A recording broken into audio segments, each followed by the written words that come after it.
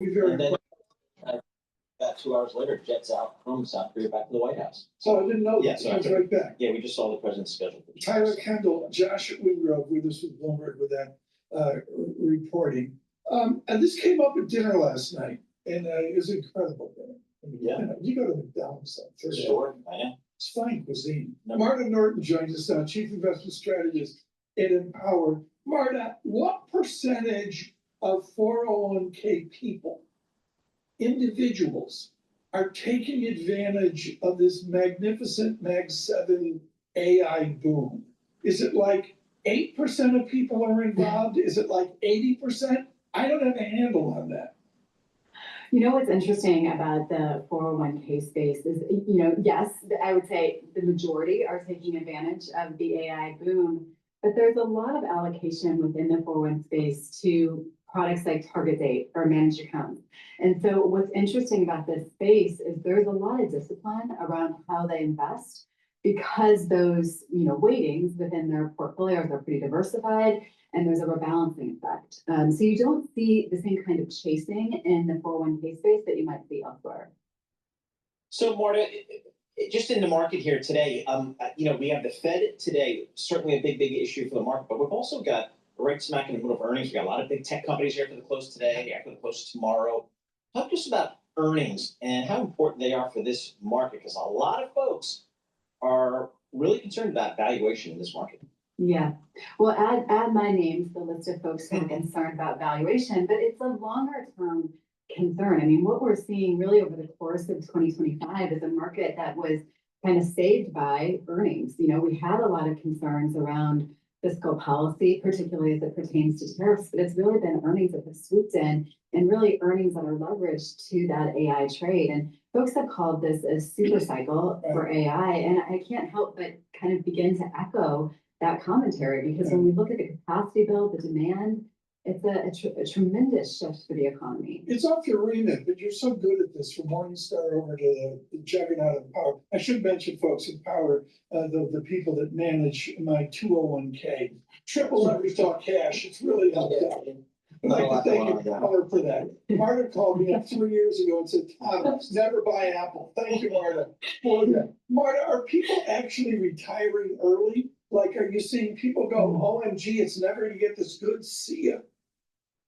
I don't think that's the trend that we're seeing today. I think we are seeing, certainly in the pandemic era, I guess we did see people pull back and maybe say, now is the time to hang it up. But I think there's still a pretty strong push for people to stay in the market. I was listening to your prior guest who was talking about the labor market, the AI impact on older employees, on younger employees. I think Yes. it's amazing. All the time. Thomas Simmons of Jefferies, he was brilliant. Continue, Ms. That's right. Yeah, well, I think it's a pretty fascinating question. Where is the AI effect going to be felt most severely in the labor market? And I guess as we're taking a look forward, at least to 2026, our estimation is it's still a payroll effect. It's still kind of a stagnant job addition effect. But longer term, where are those layoffs going to hit? And you can start to see some of these areas that maybe are some of the more established white collar employees beginning to take a hit. So that's something we would want to watch as we look at those retirement trends. Marta. Hello, my name is DrPaulCottrell. Thank you for joining. We are live streaming on YouTube and on my website, the-studio-reykjavik.com today. Today is October 29th. I will also release this on my multiple channel setup. So you can subscribe to YouTube, Brighteon, Bitchute, Rumble. All the links are in the description of this video and all my videos. Please subscribe. Also, you can follow me on X and GETTR. You can follow me on Substack and Patreon and TikTok.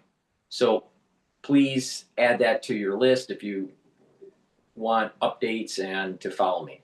If you like the content that I create and you want to help support, you can support by sharing the links, asking your social media to follow me, making sure you subscribe to all the different channels that I have, and get the great products that I offer on my store. I have ebooks, supplements, and course material on immunology and pulmonology that you can take a look at. You can also donate on my website, the-studio-reykjavik.com. You can donate through Stripe, PayPal, or buy me a coffee, or be a paid member to my Patreon or my Substack.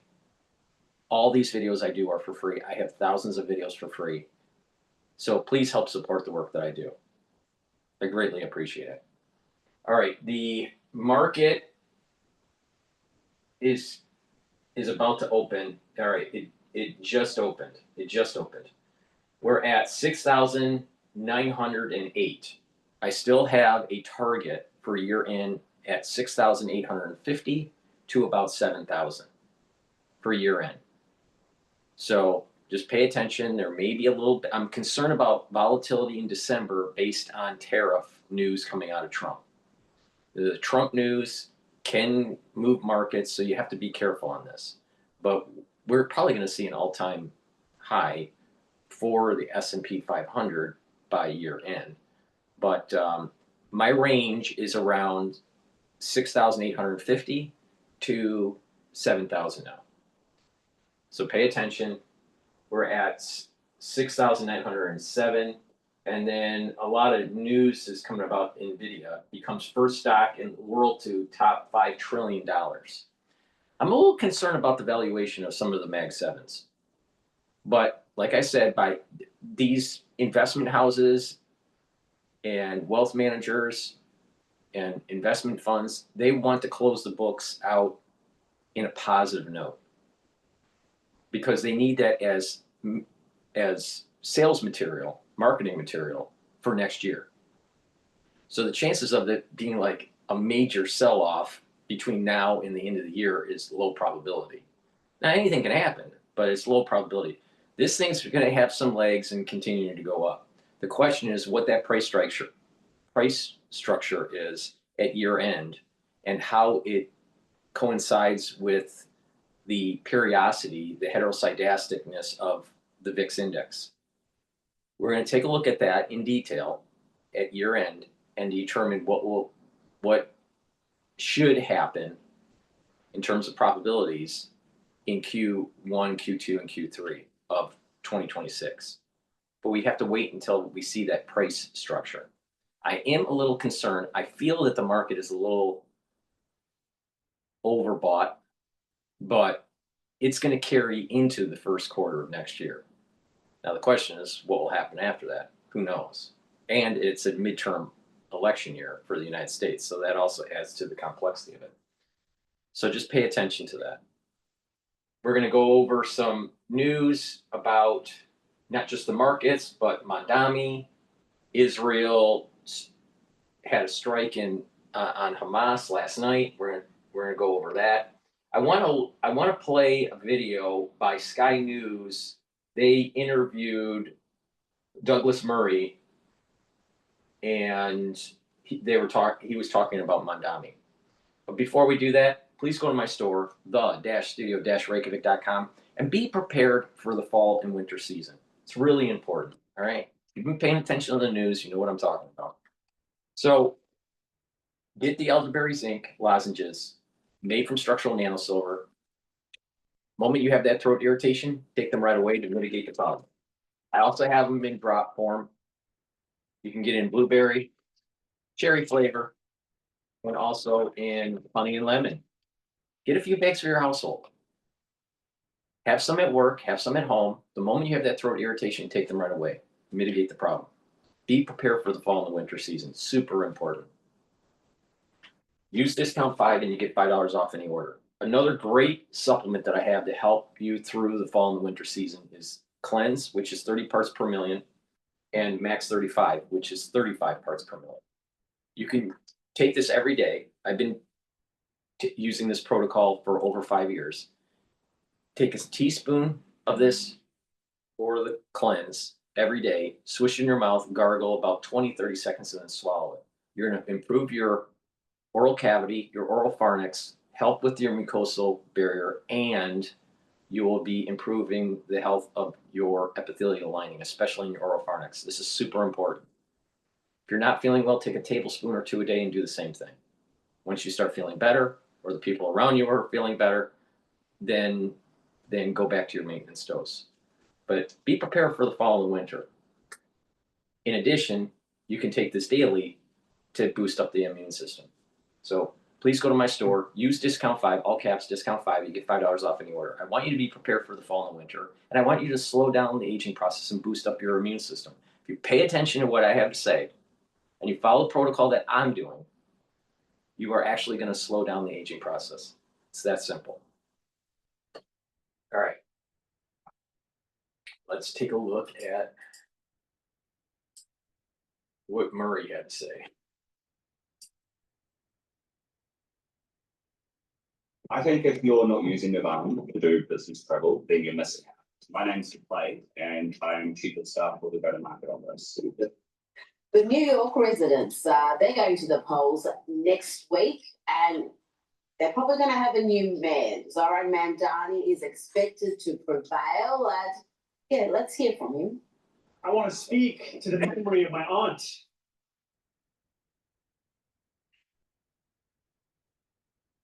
Who stopped taking the subway after September 11th because she did not feel safe in her job.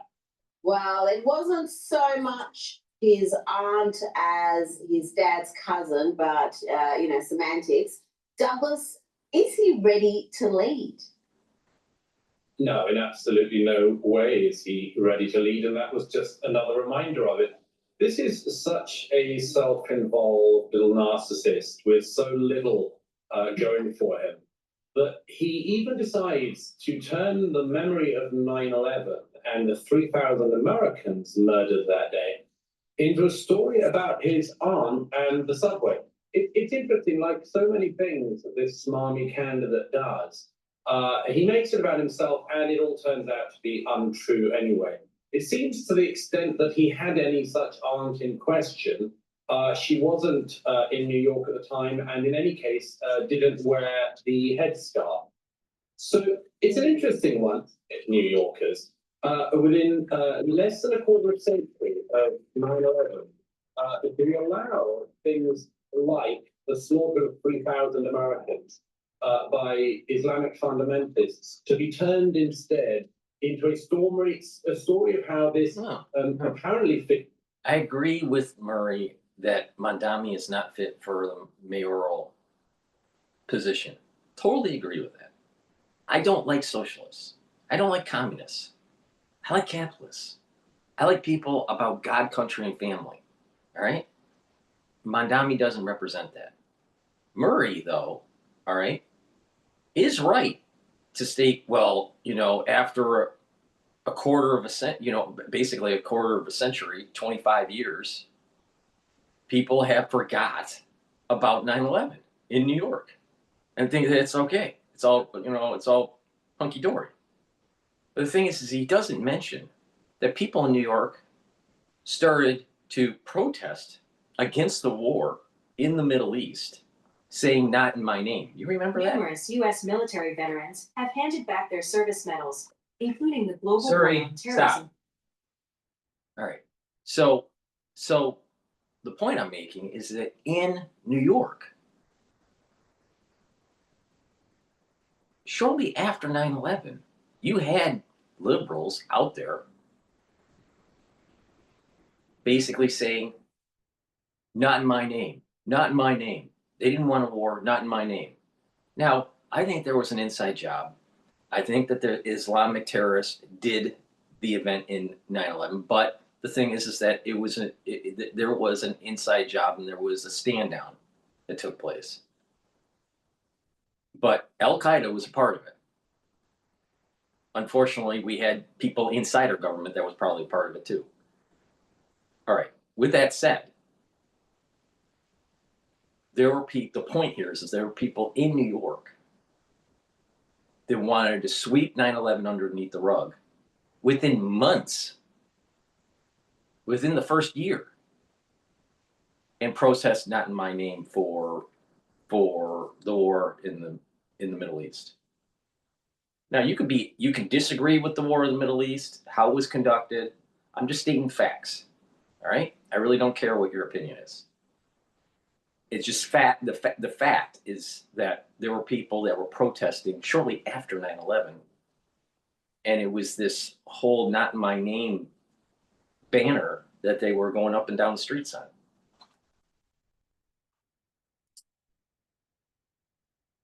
fictitious, or at least partly fictitious figure of his aunt might have once felt possibly as if someone could look at her badly, nastily in the subway in the years after.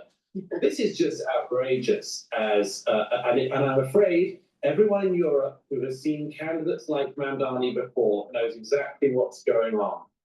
He's trying to pull the wool over people's eyes. He's trying to smarm and smile his way into office. But this statement alone, if we didn't have any other evidence of his extremist views, would demonstrate the extremism of his views, because he's not able to focus on the things that actually have affected Americans, and instead wants to keep on creating, as so many radicals like him do, wants to create fictitious narratives about America and Americans being bigoted. And, Americans can't even be murdered by jihadists without people like Mamdani turning it into a fear of a pseudo-fictitious... And this is the beginnings of how they get in. This is the beginnings of the Marxism. This is the beginnings of a cultural revolution, just like Mao, where they're just kind of changing history, changing the mentalities, changing the emotions or the pathos of the society. Mamdani is part of a caliphate. It's not just him running the mayoral race, and most likely will win. It's not even just destroying capitalism, which he's trying to do. It's actually perpetuating a caliphate. And this idea of demonizing other religions, losing affinity to country, and the ultra-lib is against the family unit, the traditional family unit. They're against it. So the society is going to crash. But that's what Mamdani wants. Because if you come in and you crash the society, it's easier for a caliphate to come and sprout. Look at what happened in Hamtramck, Michigan. Look at what happened in Dearborn, Michigan. Look at what happened with London. This is the plan. Everyone's thinking about, well, there's a comet that might be alien by, I don't know, 3I Atlas or whatever. Who cares? Who cares? Who cares? That's all bullshit. But everyone's worried about 3I Atlas. Or everyone's worried about, who shot Charlie Kirk. Doesn't matter. It doesn't matter. What matters is what's going on with our politic. What matters is what's going on with individuals like Mamdani trying to deep six capitalism. What matters is a caliphate that is happening. What matters is that the Christians during the Crusades at the end didn't win. They lost.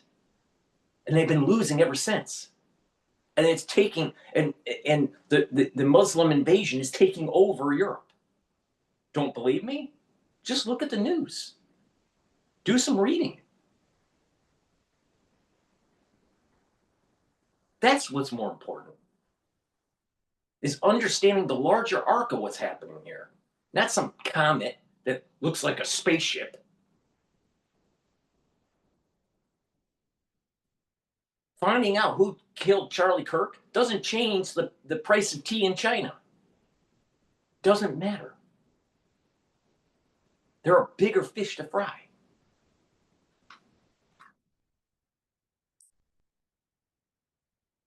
There's once feeling sad about possibly being looked at meanly. I mean, this is just outrageous, and the umpteenth example and demonstration of why Mamdani should be nowhere near the mayoral office in New York. Well, we had the mayoral debate finally. What did we learn there? Now, I don't know, Doug. Douglas is, educated Brit. I'm not sure if he went to Cambridge or Oxford. I'd look at it. Thing is he didn't bring up what I've been saying for the last two videos. What about the Enlightenment? What about this concept of life, liberty, and property? What about what our founding fathers enshrined in the Constitution about our civil liberties and the protection of property. Knowing what Plato warned in the Republic about mob rule, warning us about the failures of democracy. And that's why we have a constitutional republic, not a democracy. But yet, Mamdani still thinks that we have a democracy. The will of the people. We're going to rise up and take people's property. But that was against, that his policy is against what our founding fathers enshrined in the Constitution about property rights, which is based on the foundation of John Locke and the philosophy of the Enlightenment. I have not seen anybody talk about this, but people will talk about spaceships behind comets, different trajectories that are hitting, possibly hitting Charlie Kirk. Do you think that matters? Does that matter? No. What matters is your property rights. What matters is that there's actually a new movement in the United States where they're trying to erode our civil liberties.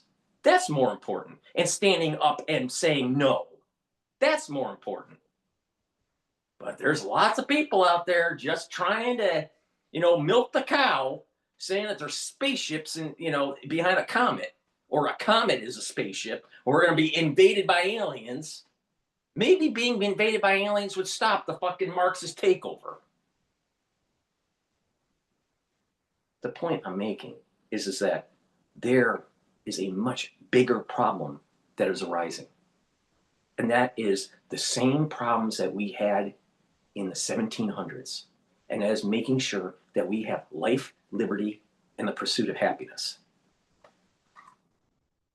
And anyone else that doesn't talk about this very subject and is focused on this is not on the battlefield, is not in the arena, is not focused on the most important thing right now. Property rights.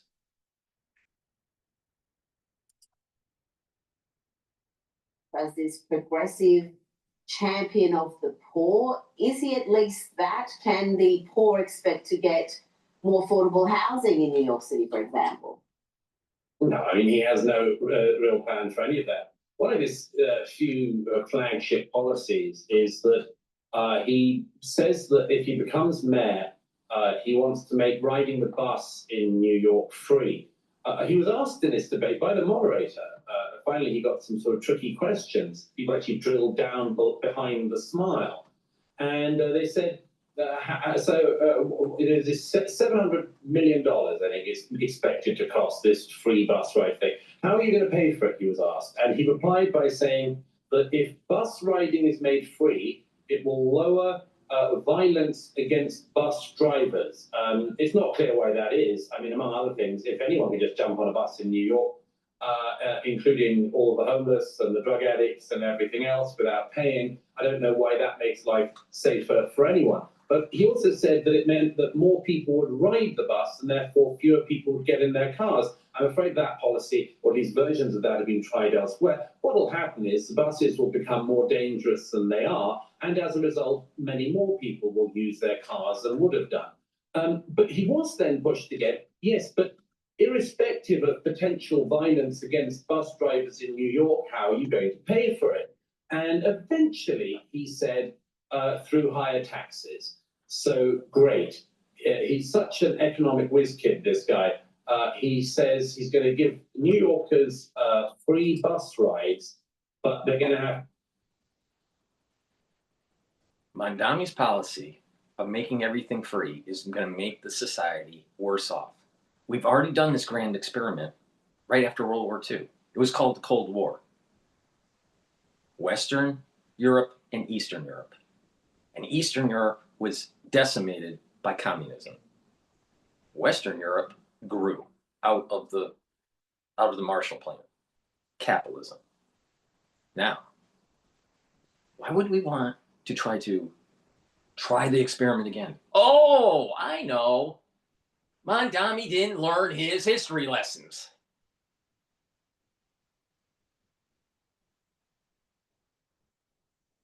And by the way, Douglas Murray did go to Oxford.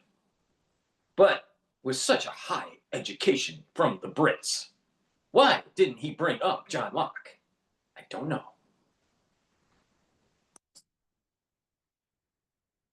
For it in higher taxes. That's the kind of thing that socialists like him always argue for. They take more and more money away from the public. They make the public poorer and poorer, but they dangle little baubles. Like every now and then you can get a free bus ride on a more dangerous bus. It's brilliant, isn't it? Yes, it's going to be scary to think what New York's going to look like in 2 or 3 years' time under a. Here's the problem. Here's the problem. Bunch of overeducated dipshits coming to New York thinking it is their right to live here, and they're going to destroy it. They're going to destroy it. Just like how individuals went to prestigious universities, didn't have the chops, they got these humanity degrees or gender degrees and all this stuff. And then they basically eroded the education, the value of the education. And it's getting to the point where it's not just the prestigious universities, it's all universities. The question is are universities relevant anymore? That's a serious issue. And with the advent of AI and knowing how to think, assuming you are a person that knows how to think, you probably don't need you don't need a formal education anymore. Now, that wasn't necessarily the case 20 years ago. But in today's world, you can basically learn anything. You can learn nuclear physics. You can learn advanced chemistry. You can learn medicine. You can learn how to paint. You can learn history. You can learn government. Everything is out there now.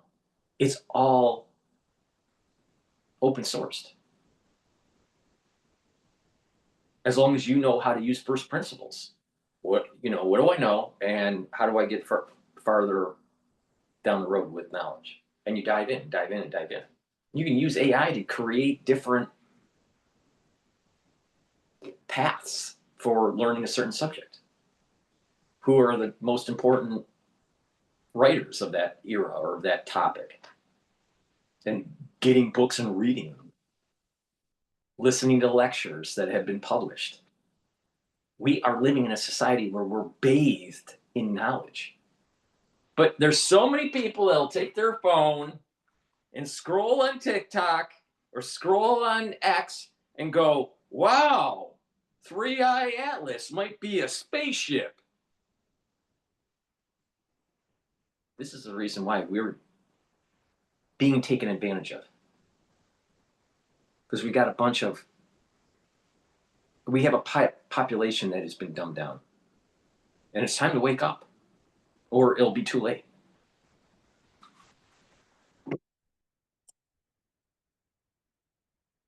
Socialist Mamdani administration. Let's go to the UK now, and we've spoken about the flag protest there. Operation Raise the Colours, supposed to represent patriotism and pride in Britain. But not everybody is on board. Let's hear from Labor MP Jivan Santer, who is calling on Brits to take down their flags because it's making some people feel uncomfortable. And then I see flags painted on roundabouts, and that is just a bit weird. And you know, because you've seen it online and I see it in my inbox, that this does make people feel uneasy. And they are So this is the point I'm making with the ultra-liberal and the caliphate takeover. They're part of the same coin, all right? You have ultra-libs that are pushing an agenda that destroys the pillars of society, God, country, and family. But you also have Muslims coming into your country and feeding on that, trying to take down the flags. Now, they're talking about the British flag here, but you're seeing the same thing happen in the United States. Same thing. Look at, remember what happened in the encampment at Harvard? An American flag is lifted over John Harvard. But during that encampment, they lifted up a Palestinian flag over John Harvard. Now think about that. You have a bunch of snot-nosed brats in 2023. In 2024, I think the encampment was actually in 2024. But you had these snot-nosed kids putting a Palestinian flag up where the American flag usually flies. That's unacceptable. That's unacceptable for anyone that's a patriot to this country, to the United States. And it's unacceptable for all of the service members throughout all the wars that the United States have fought. It's being disrespectful to those soldiers, the ones that are dead and the ones that are living. It's unacceptable. So it's unacceptable to have a Muslim saying, well, it feels a little bit weird flying your country's flag. In this case, it's the British flag. Wake up, Britain. There's a takeover taking place in your country, and it's called a caliphate.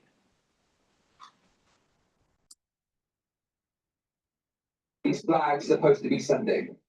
Douglas, what does it say about a nation if the national flag fills people with angst and makes them feel uneasy, or you've got an MP there saying it's a bit weird? Yeah, there's nothing weird about it at all.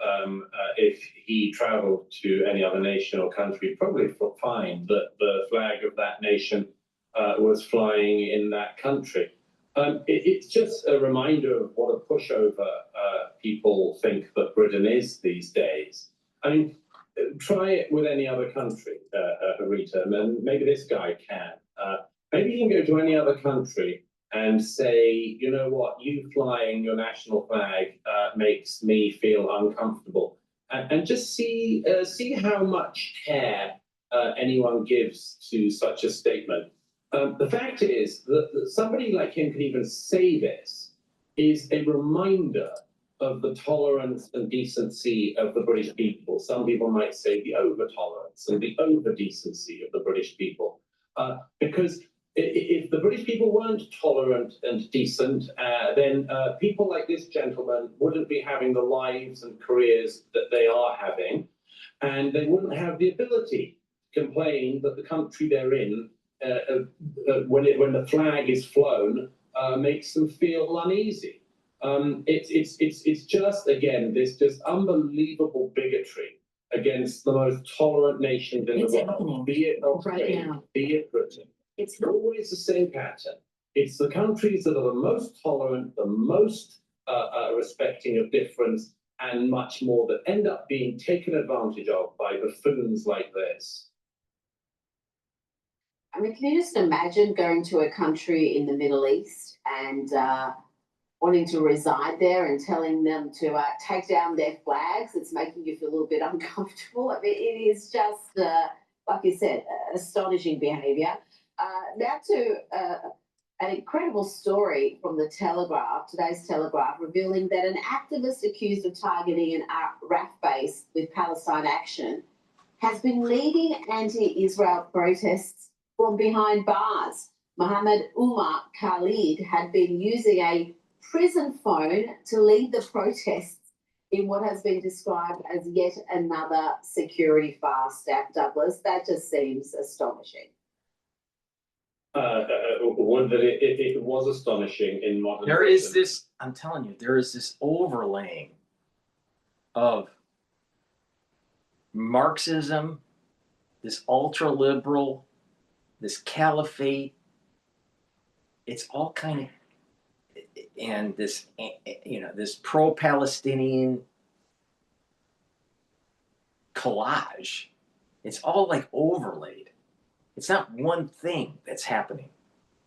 But this picture here represents exactly what I'm talking about. Think about this. Right now, I have good pattern recognition about things. All right, so you got to pay attention, right?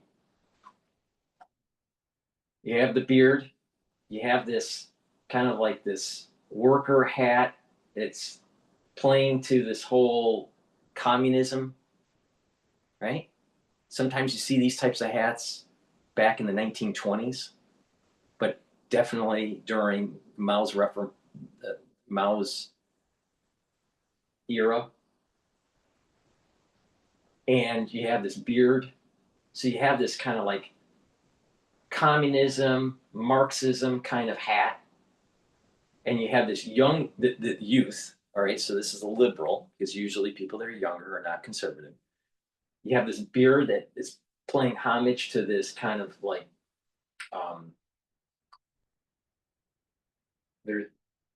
there's an Islamic feel to it. You might not be able to see this picture with because of the way the camera is. See, it's almost like a Bin Laden. It has a Bin Laden kind of feel to his beard, right? So there was this overlay between this communism, pro-Palestinian. Remember, this is about leading protests that are pro-Palestinian, right?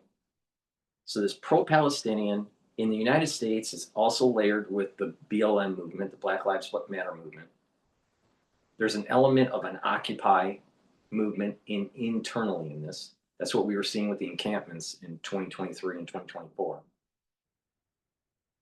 And then there was this a caliphate kind of aura about it. I'm telling you, you can almost predict what is going to happen during the midterm election in the United States. Not in terms of results, because no one knows what the results are. But I have a feeling that there's going to be social unrest. And they are starting to sow the seeds with the No Kings March. Now, that was a flop. But I have a feeling that as the summer approaches for next year, and we get into the midterm, into the last leg of the midterm election, which will be November of 2026, you're going to see more momentum of an uprising. And it's this guy is like merging something from 1920s or the 1950s during Mao's time period and overlaying it with Bin Laden. This whole Islamic terrorism. That's what that looks like. If you took those two concepts and overlaid them together, you get that.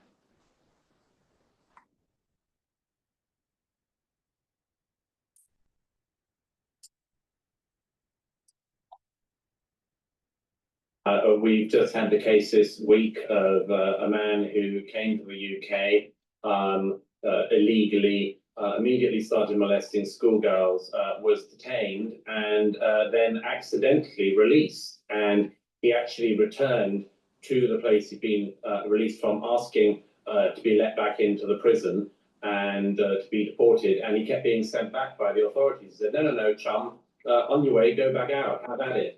And that's just, the last 24 hours. So every day in this calamitously badly run modern Britain, we have cases like this. Yes, every now and then they will catch somebody who's an illegal migrant, and they'll let them back out, or they'll let them back out, swap them with somebody in France, and they then come back in again. Or in this case, you finally actually do detain somebody who's involved in terrorist violence against an RAF base. But it turns out that he can conceal a phone in prison or whatever and guide the operations from outside. It's just another reminder that under the Labour Party in Britain, it's just a fundamentally unserious system, a totally broken system. And just everybody in Britain has to hope that at some point quite soon this is turned around. But I mean, you read stories like this, Rita, just every day. in the British press. And, you know, who's in charge of this stuff? Geniuses like David Lammy. Douglas, before you go, the world celebrated the Gaza peace deal not too long ago. We noted many of those free Palestinian types didn't seem to be celebrating. Let's hear from one of them, Irish actress and pro-Palestinian activist Denise Goff. Yeah. Well, ceasefire isn't liberation. Yeah, see, they don't want peace. They don't want peace. They want to take over the land. All right? So, again, it goes back to the idea. You have individuals that, on both sides, the only way this is going to bring peace to the world is one side absolutely obliterates the other. Either the Palestinians kicks out the Jews, or the Jews kick out the Palestinians. And that's not just Gaza. That's the West Bank. That's both. That's East Jerusalem. Because it's all about the ownership of the Temple Mount. And people would say, well, just take over the Temple Mount and the Palestinians can have the West Bank and Gaza. It won't work like that because it'll be continually terrorism. It'll never end. Wars only win and only come to a conclusion. You only win a war, and a war comes to conclusion when it's total victory. Total victory. False peaces, ceasefires, armistice, or not armistice, armistice, you know, half peace only kicks the can down the road and it flares up again. Remember World War I? That was an armistice. And it ended up being World War II. False peace never works. And you may have to wait 20 years, may have to wait 30 years. But guess what? It flares up again.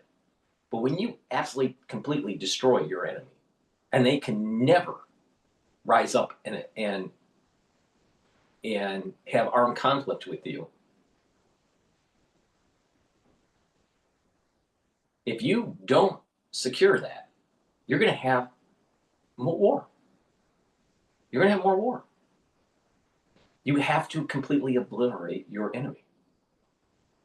So if the Palestinians are going to win, they have to win on the battlefield and kick out all of the inhabitants of Israel. And Israel, for it to win, has to kick out all the inhabitants of the ones in the West Bank and in Gaza and in East Jerusalem. That's the only way this is going to work. There is no two-state solution, three-state solution. It's only win. That's the only solution. It's a false peace. It's a false peace. But the point here is that the liberals, they didn't want to bring back the hostages. They didn't want to have really a ceasefire. What they want is to kick out the Jews and have the Palestinians run the show. And the Jews want it the opposite. The Jews want to kick out the Palestinians. So how do you think this is really going to reach homeostasis? How do you think that this is going to reach some sort of equilibrium? You got to look at every single war ever that has happened during mankind's history. And that is, your enemy is completely destroyed. That's the only way this is going to end. And they capitulate. So if Israel's going to win, they have to completely destroy and completely make the Palestinians capitulate. And they'll never, ever, ever think about doing an uprising ever again. Half-hearted measures only will kick the can down the road.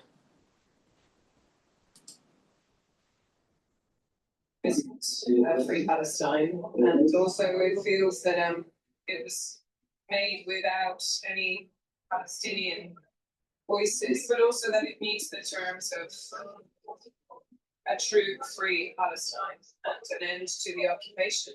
There you go, Douglas. So we've been told the actress also accused Israel of gaslighting the world about what's happening in Gaza. Yes, she strikes me, Rita, as not being the brain of Britain or indeed of Ireland. I don't know if you get that sense as well. You can see her sort of struggling for the next thought. It almost is written across her forehead as she does that. She says that there don't seem to be any Palestinian voices in the discussion. That's very strange, isn't it? Because, of course, among other things, a rather strong Palestinian voice, the remaining leadership of Hamas, were absolutely central to the negotiations. Palestinian voices is presumably something she's just sort of heard talked about at some poetry jam in a theatre somewhere in London, where she's attended a solidarity evening at some point. And she probably can't point to any of the places in question on a map, but she's heard things like, we must prioritize Palestinian voices. And actually, when Palestinian voices make themselves very loudly heard, whether on October the 7th with their rape-a-thon and murder-a-thon, or indeed in the recent negotiations, it seems that this dimwit just doesn't hear them. So perhaps it's not a lack of Palestinian voices, it's a lack of her being able to hear anything she doesn't want to hear. But as I say, I think it's very unlikely that this actress actually is over the complete issues of phases 1, 2, and 3 of the ceasefire negotiation. I don't know, Rita. I'd love you to ask her on and grill her on the real fine points of this plan. I'd pay good money to watch that. You know what? We will reach out to her people and extend the invitation. She has been to Gaza. Please go to my store, the-studio-reykjavik.com, and get the C60. C60 is a supplement that you take every day. It's a very potent antioxidant. It's 1,000 times stronger than vitamin C. Take a teaspoon a day, preferably on an empty stomach, and what this will do is soak up free radicals. Now, you can get it in a 2 ounce, a 4 ounce, or an 8 ounce configuration. It is cheaper per ounce to get the higher ounce configuration. You can get it in avocado oil, extra virgin olive oil, and MCT coconut oil. Take it every day. Take a teaspoon a day. And what this will do is soak up free radicals within your cells and around your cells in the extracellular matrix, and less stress will be on those cells. The cells will perform better. Your mitochondria will be healthier, so you have more energy. So by soaking up free radicals, you're reducing stress in the cell, and you're reducing the free radical damage and boosting up the health of the mitochondria. Your cells are going to perform better, and therefore your tissues and your organ systems will perform better. That means that your immune system will be boosted up, you'll have a better endocrine system, and your brain function will improve too. Why? Because by soaking up free radicals at the cerebral level, what will happen is that you're going to be reducing stress on the neuron, which will help to maintain the myelin sheath. You're going to improve the health of the mitochondria within the neuron. You're going to have more ATP to create neurotransmitters. And over time, you're going to have better dendritic connections to allow for conductivity. That means that basically you're going to be thinking faster and you're going to have better memory. C60 will also help your vascular level. By soaking up free radicals in your bloodstream, what will happen is you're reducing the concentrations of oxidized LDL. Oxidized LDL is a major component for plaque formation. Now, taking C60 on a regular basis will also help with the basal layer of your skin and improve your adult stem cells at the basal layer of your skin, where that's the production of new skin cells, because you shed skin cells. So you have a layer that's producing new skin cells. That's called the basal layer. Basal layer's health, the health of the basal layer, can be improved by taking C60 and resveratrol. The C60 is going to soak up those free radicals and help those cells be healthier. So that means that over time, you're actually going to look younger. So C60, very potent. I've been taking this since 2016 every day. 2016, every day, teaspoon a day. Also, take it during the fall and the winter to help to boost up that immune system. And when you do contract something, you produce more free radicals, so you want to soak those up. If you work out, take it before your workout, and you're going to be soaking up the free radicals that you generate during a workout, and you will recover quicker. So please go to my store. This is very powerful stuff. Take a teaspoon a day, every day, and within 1 year, you're going to notice that you look younger. Within 2 months, your body is going to have more vitality. So please go to my store, the-studio-reykjavik.com, and get the C60. It's very potent stuff. It's 1,000 times stronger than vitamin C, and it's going to slow down the aging process. All right, let's listen to Alan Garber. I'm going to see Alan Garber actually in the near the end of the year. It's at the end of the year, near the end of January, I think it is. And Alan Garber is the president of Harvard. All right. He's going to be talking to David Rubenstein about the endowment issue at Harvard with the taxation.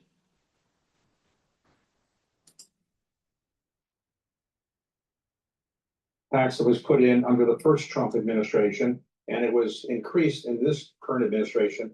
And the endowment tax is a tax on earnings by major universities, in effect. And do you see any real justification for that tax? And is it impacting Harvard adversely or other schools like Harvard?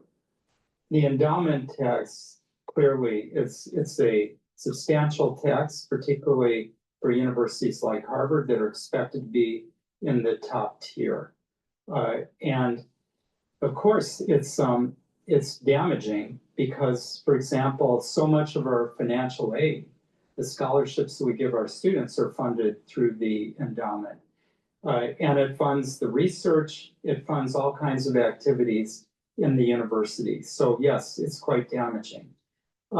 In terms of addressing the problems that we are accused of, and that I believe was part of the rationale for implementing or for passing the endowment tax, the tax is only going to make it harder to address these issues, not easier.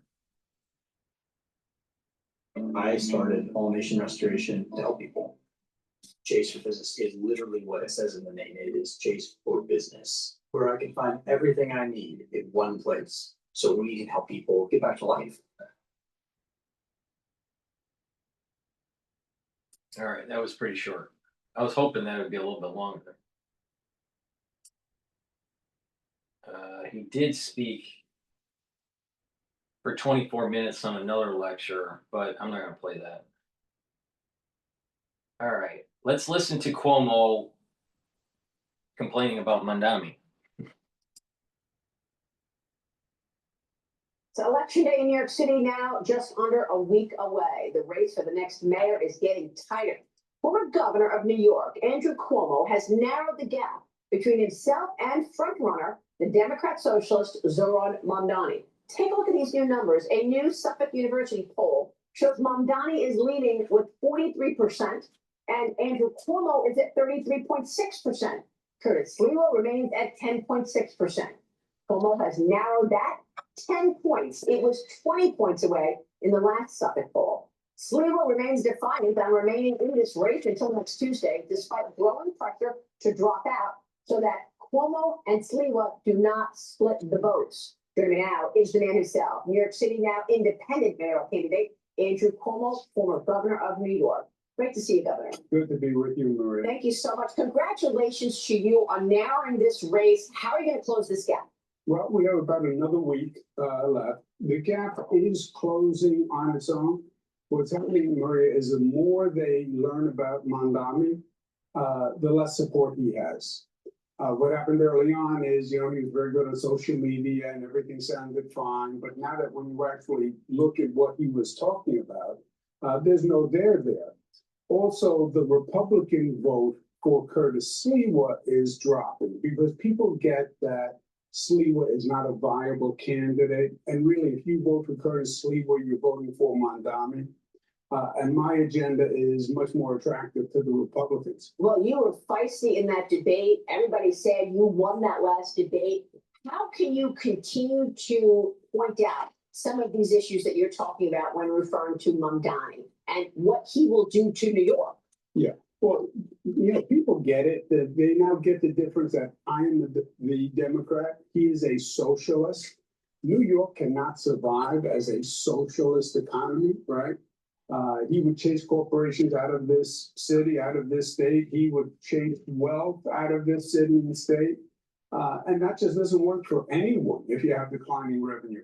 He is against the NYPD. He's against public safety. And one of the key issues in this city is public safety. I want to add 5,000 police officers. He has phony solutions on how to make housing affordable. The only way to make housing affordable is build more housing. I was a former HUD secretary, as you know, and I have a whole plan to do that. So they understand that Mamdani doesn't have a plan, doesn't have any qualifications whatsoever for the job. It's really getting Republicans to understand what President Trump said, that Sliwa is not ready for prime time. He is not viable.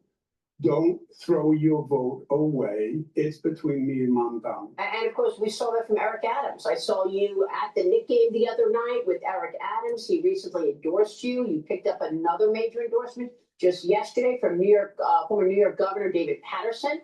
Here's what he said at your campaign event when you were in the Bronx. Building more affordable housing is critical for our city. This November, New Yorkers can vote on an affordable housing fast track and other city charter reforms. So flip your ballot over and vote on questions 2 through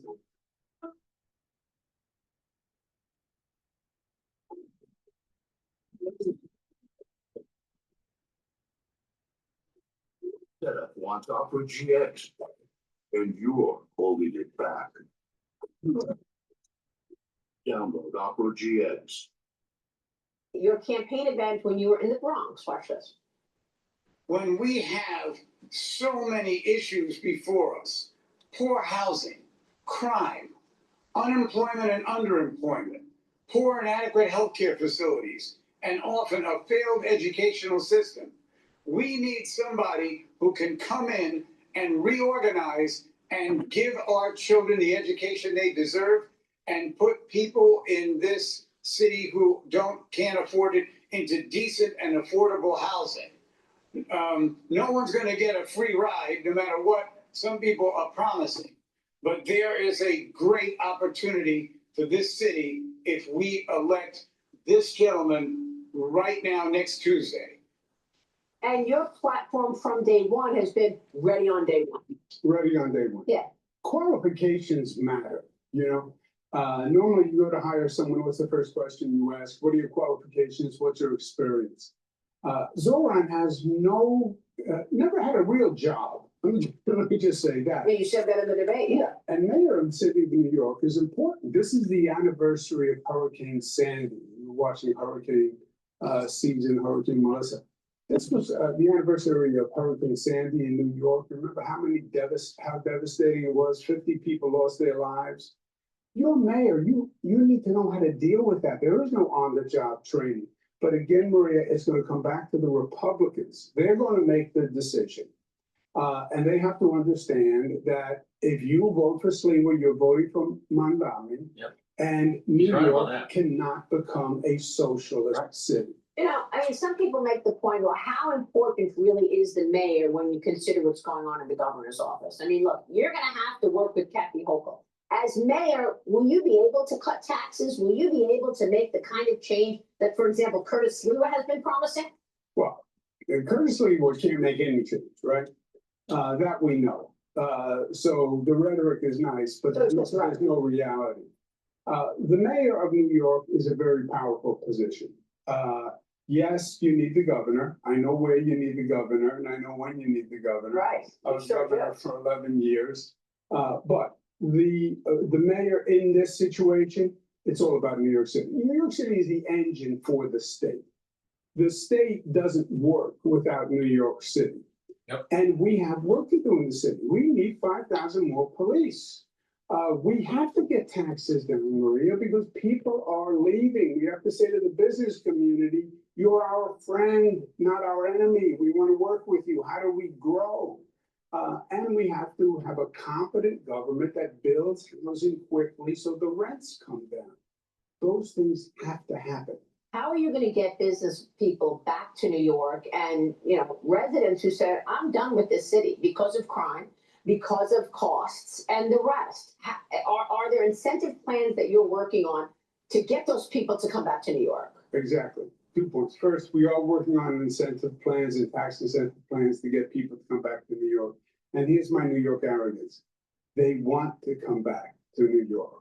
New York is a special place. Yes, people left during COVID, in the aftermath of COVID. Yes, quality of life dipped and people moved to other cities, other states. I believe they want to come home. This is their home. They want to be here. We just have to make it possible for them to come home by cleaning up the place, tax incentives. They'll come back. You said, the last time we talked with you, when you came on my show a couple of weeks ago, you said, look, Maria, since the cashless bail situation, they changed it 4 times. And so it was a really important point, I think, that you made to speak to the viewers who are still on the fence. What do you want to say about that? In terms of cashless bail that you may have directed initially, you said they changed it after you stepped down. Yes, I passed the law 6 years ago. It has then been changed 4 times about since then. So that law is gone, right? You change a law, you have a new law. The question is, the issue is not now the bail laws in New York. It is judges and prosecutors enforcing the law. Because what we also had at the same time was this mentality in New York City among the political elite, defund the police, decriminalize everything. Nobody should go to jail for anything. That political movement did a lot of damage to New York, and that's the judges and the prosecutors. The law is the law. Enforce the law. Andrew, how do we get here? Because I feel like that issue in and of itself has been a huge divider for Democrats. And so right now you've got moderate Democrats like yourself, and you've got these other extremists who are trying to push Mamdani forward. He held a rally over the weekend at Forest Hill Stadium in Queens alongside Bernie Sanders, Alexandria Ocasio-Cortez. So what do you want to say about the division within the Democrat Party right now? And many of our audience, I think, agrees with that. And they're moderate. You might lean to the right on some things, lean to the left on other things. Yeah, Maria, look, the truth is there's a quiet civil war going on in the Democratic Party right now. You have an extreme left, radical left. Bernie Sanders, AOC, Mamdani is just the banner carrier for that movement versus the mainstream moderate Democrats. They now call me moderate. They used to call me liberal. Now I'm a moderate because the whole party shifted. And that's what this election is about. It is that civil war. I believe that far left will destroy the Democratic Party. I believe it will destroy the Democratic Party nationwide if that far left becomes dominant. Mm-hmm. This is not a socialist country. They're not going to accept socialist policy. They're not anti-law and order. They're not anti-business, right? So that's why I think this election is so important. It's garnered so much attention. It's not just about mayor of New York. It's about the future of the Democratic Party. Yeah, it's a good point. Now, at that rally the other day, Mamdani knows you're coming for him. He had a lot to say about you. Watch this. I stand before you tonight as the nominee of a Democratic Party reinvigorated in its pursuit of making government. Doesn't he sound like Barack Obama?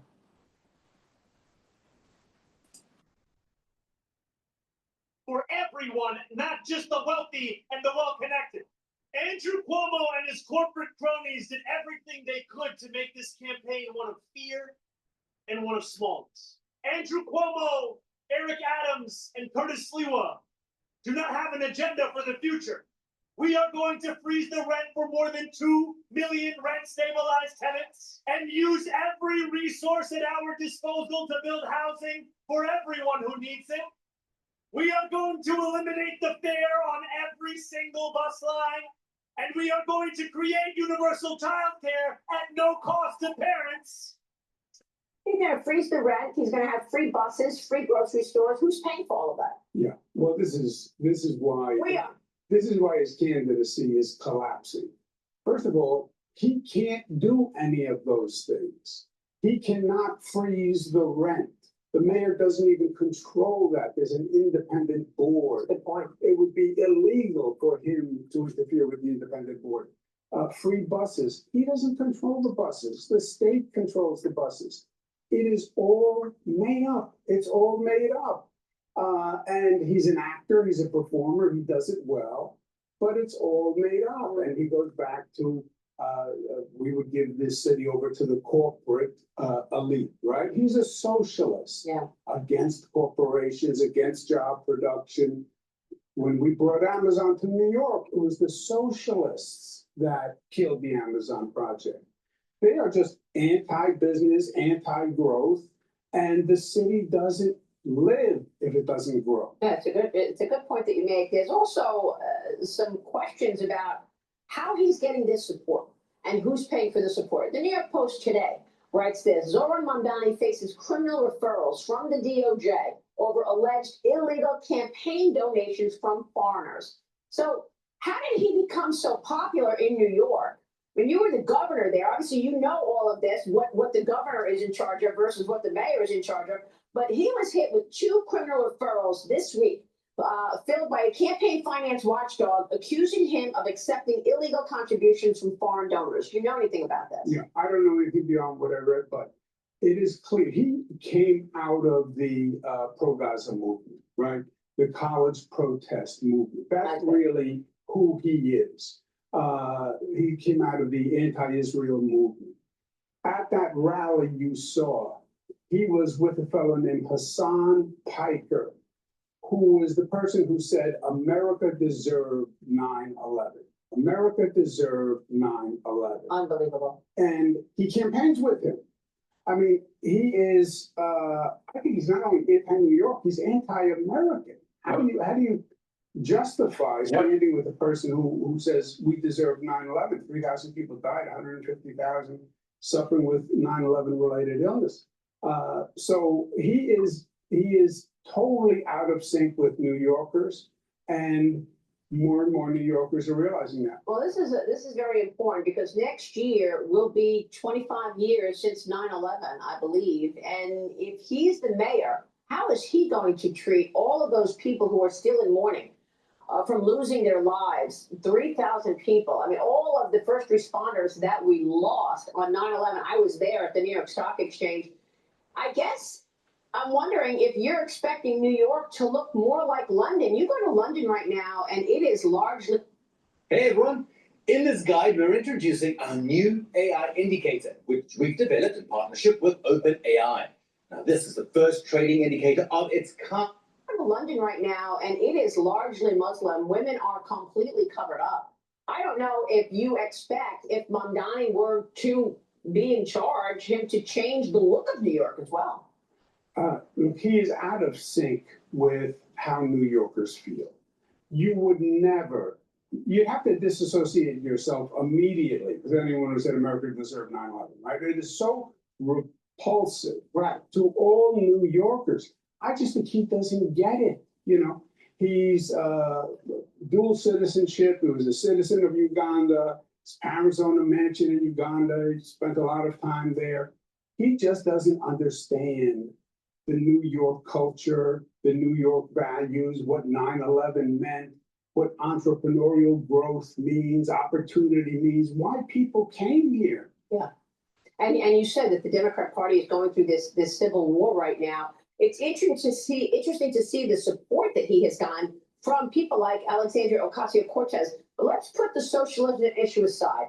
I want to hear about your vision for New York. You were governor for 11 years. You know what is needed for the state or for the city. What is your vision? What is your platform? You say you're going to hire 5,000 new cops. What else? Yeah, right out of the box, 5,000 cops, 1,500 in the subways. We're going to have to raise the police salary to do that because we have the highest attrition rate from the police in history right now. They're all leaving. But safety first, let people know the subways are safe, the streets are safe. Second, we have to build affordable housing. We need 100,000 units the first year. because there is no supply. The reason rents are so high is we have a 1% vacancy rate. Now, we can do that. We can build housing, but you have to be organized. You have to be confident. You have to make the government work. I built a new LaGuardia Airport, Kennedy Airport, bridges, Second Avenue subway. So we know how to build, but you have to do it and people have to see the construction quickly. Third, you have to say to the companies that are here, I will work with you on taxes and regulations. Stick with us. I want you to grow. I want to help you grow and start to reach out to businesses and people who left to bring them back.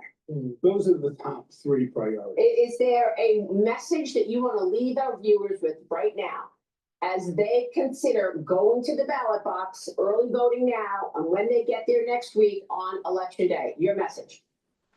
Is New York will be a socialist economy if Mamdani wins. The city will not survive that as we know it, and it will not recover for a long time. Republicans, there are 2 choices, me or Mamdani. Don't waste your vote. Vote for Curtis as a vote for Mamdani. Get out and vote for me. Andrew, great to have you this morning. Thank you so much. We'll be watching Andrew Cuomo right here in New York. Stay with us. We'll be right back. Build a website you love with Wix. What are your words? Create. I'm voting for Cuomo, but I don't want to vote for Cuomo. Why? Because he runs his organization like a mobster. And I'm a little upset with how he handled his governorship, especially during the crisis of 2020. Now, most New Yorkers, they don't really want to vote for Cuomo, especially if you're elderly. And with the whole issue with the nursing homes and the COVID patients and all this, right?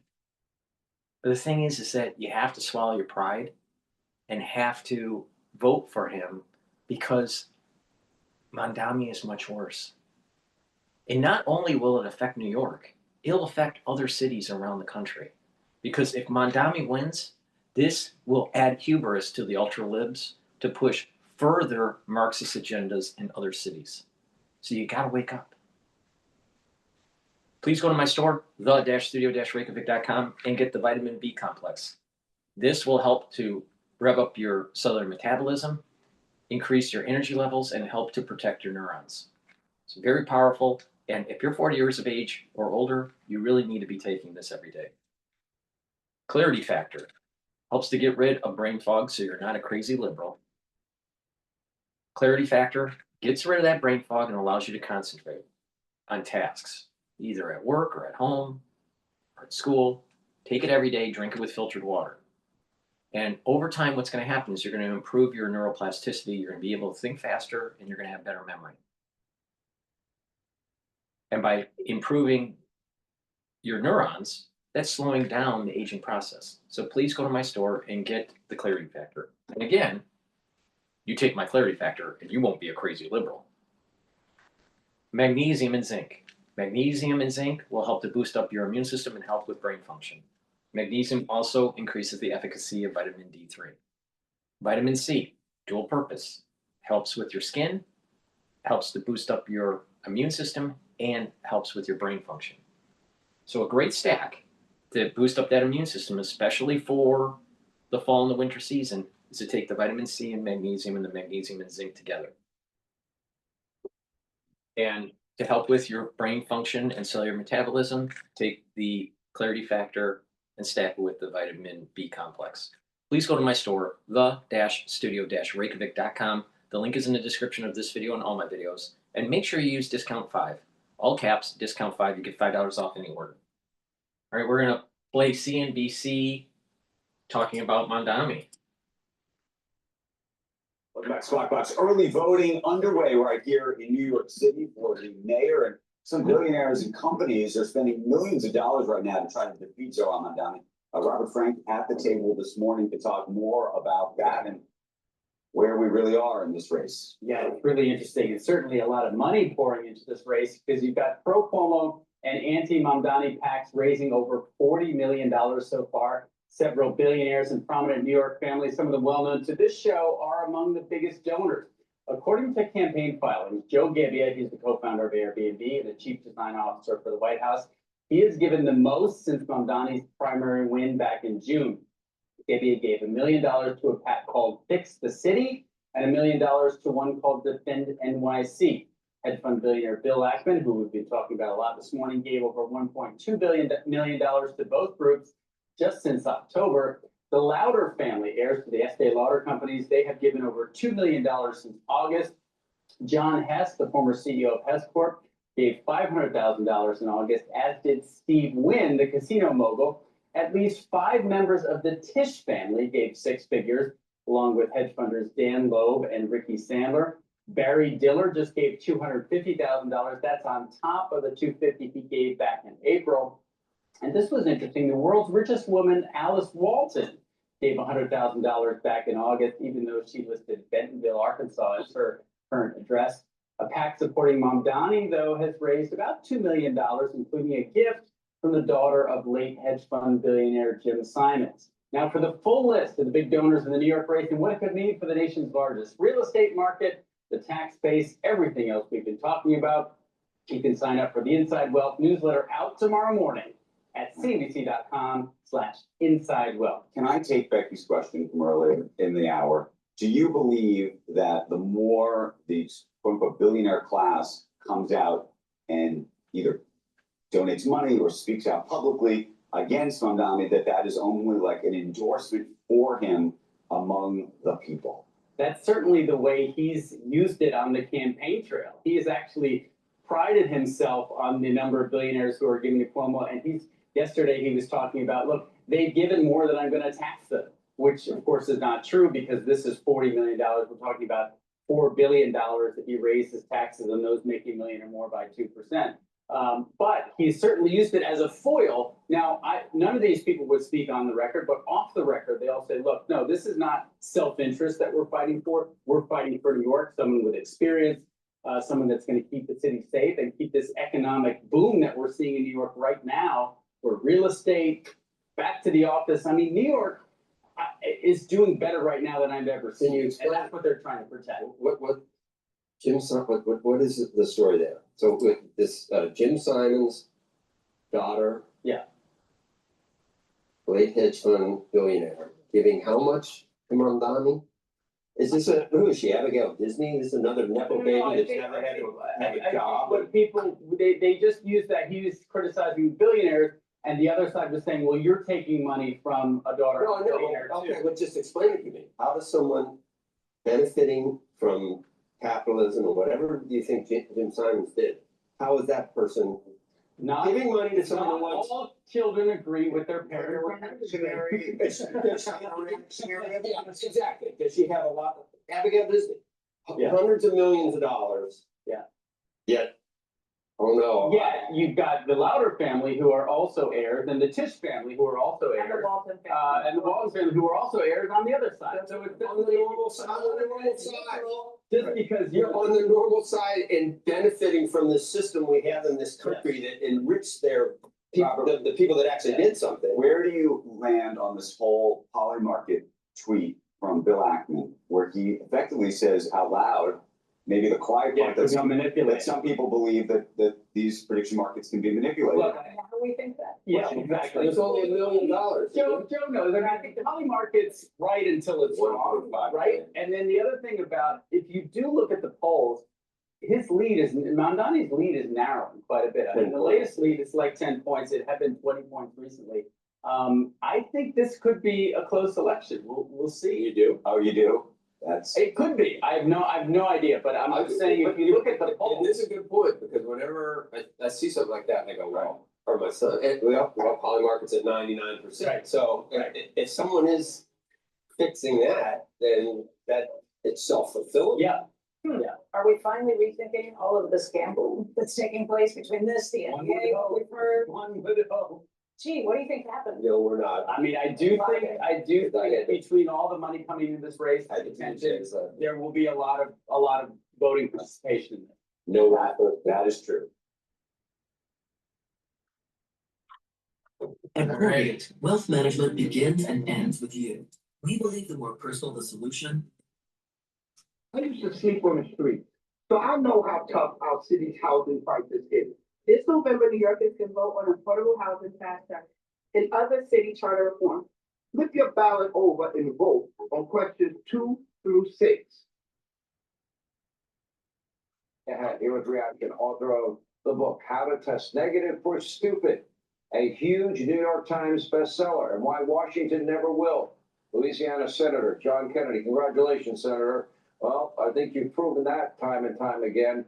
Well, I mean, they say they never use the word Nazi. We prove otherwise. Then you've got, they want to offer everything for free. Correct me if I'm wrong. Didn't the Senate hold a vote last week about funding the military and a vote today to keep SNAP benefits around for 42 million Americans, and the Democrats voted no? Yes, and I listened to your monologue, Sean, with all of these different characters. I thought to myself, even duct tape can't fix stupid. I don't know Ms. Wallace. I watched her a little bit. I remember when she worked for President Bush. I suppose she's not as bad as some members of the liberal media, but that's faint praise. That's like it's like being the smartest person on the view. I'm going to give Ms. Wallace the benefit of the doubt and assume that she said what she said right after her morning beer. The Democrats have accused the President Trump of everything except abandoning his children to wolves. They daily call him a racist and a Nazi. The Democrats are angry. They're angry for two reasons. They're angry because President Trump won the election. The American people spoke. My Democratic colleagues need to just drink a big old glass of get over it and let's move on. They're mad, number two, they're mad that the American people are mad about the shutdown. It was so needless. I voted 13 times to open government back up. The Democrats have voted 13 times to keep it shut down. They don't want to pay food stamps. They don't want to pay the military. They want to use this as leverage to gain more money to spend. Senator Schumer, my colleague, greedily wanted to become the face of the shutdown. I was looking at a poll today of what the American people think of Senator Schumer. It was an Economist YouGov poll, which is very left of center.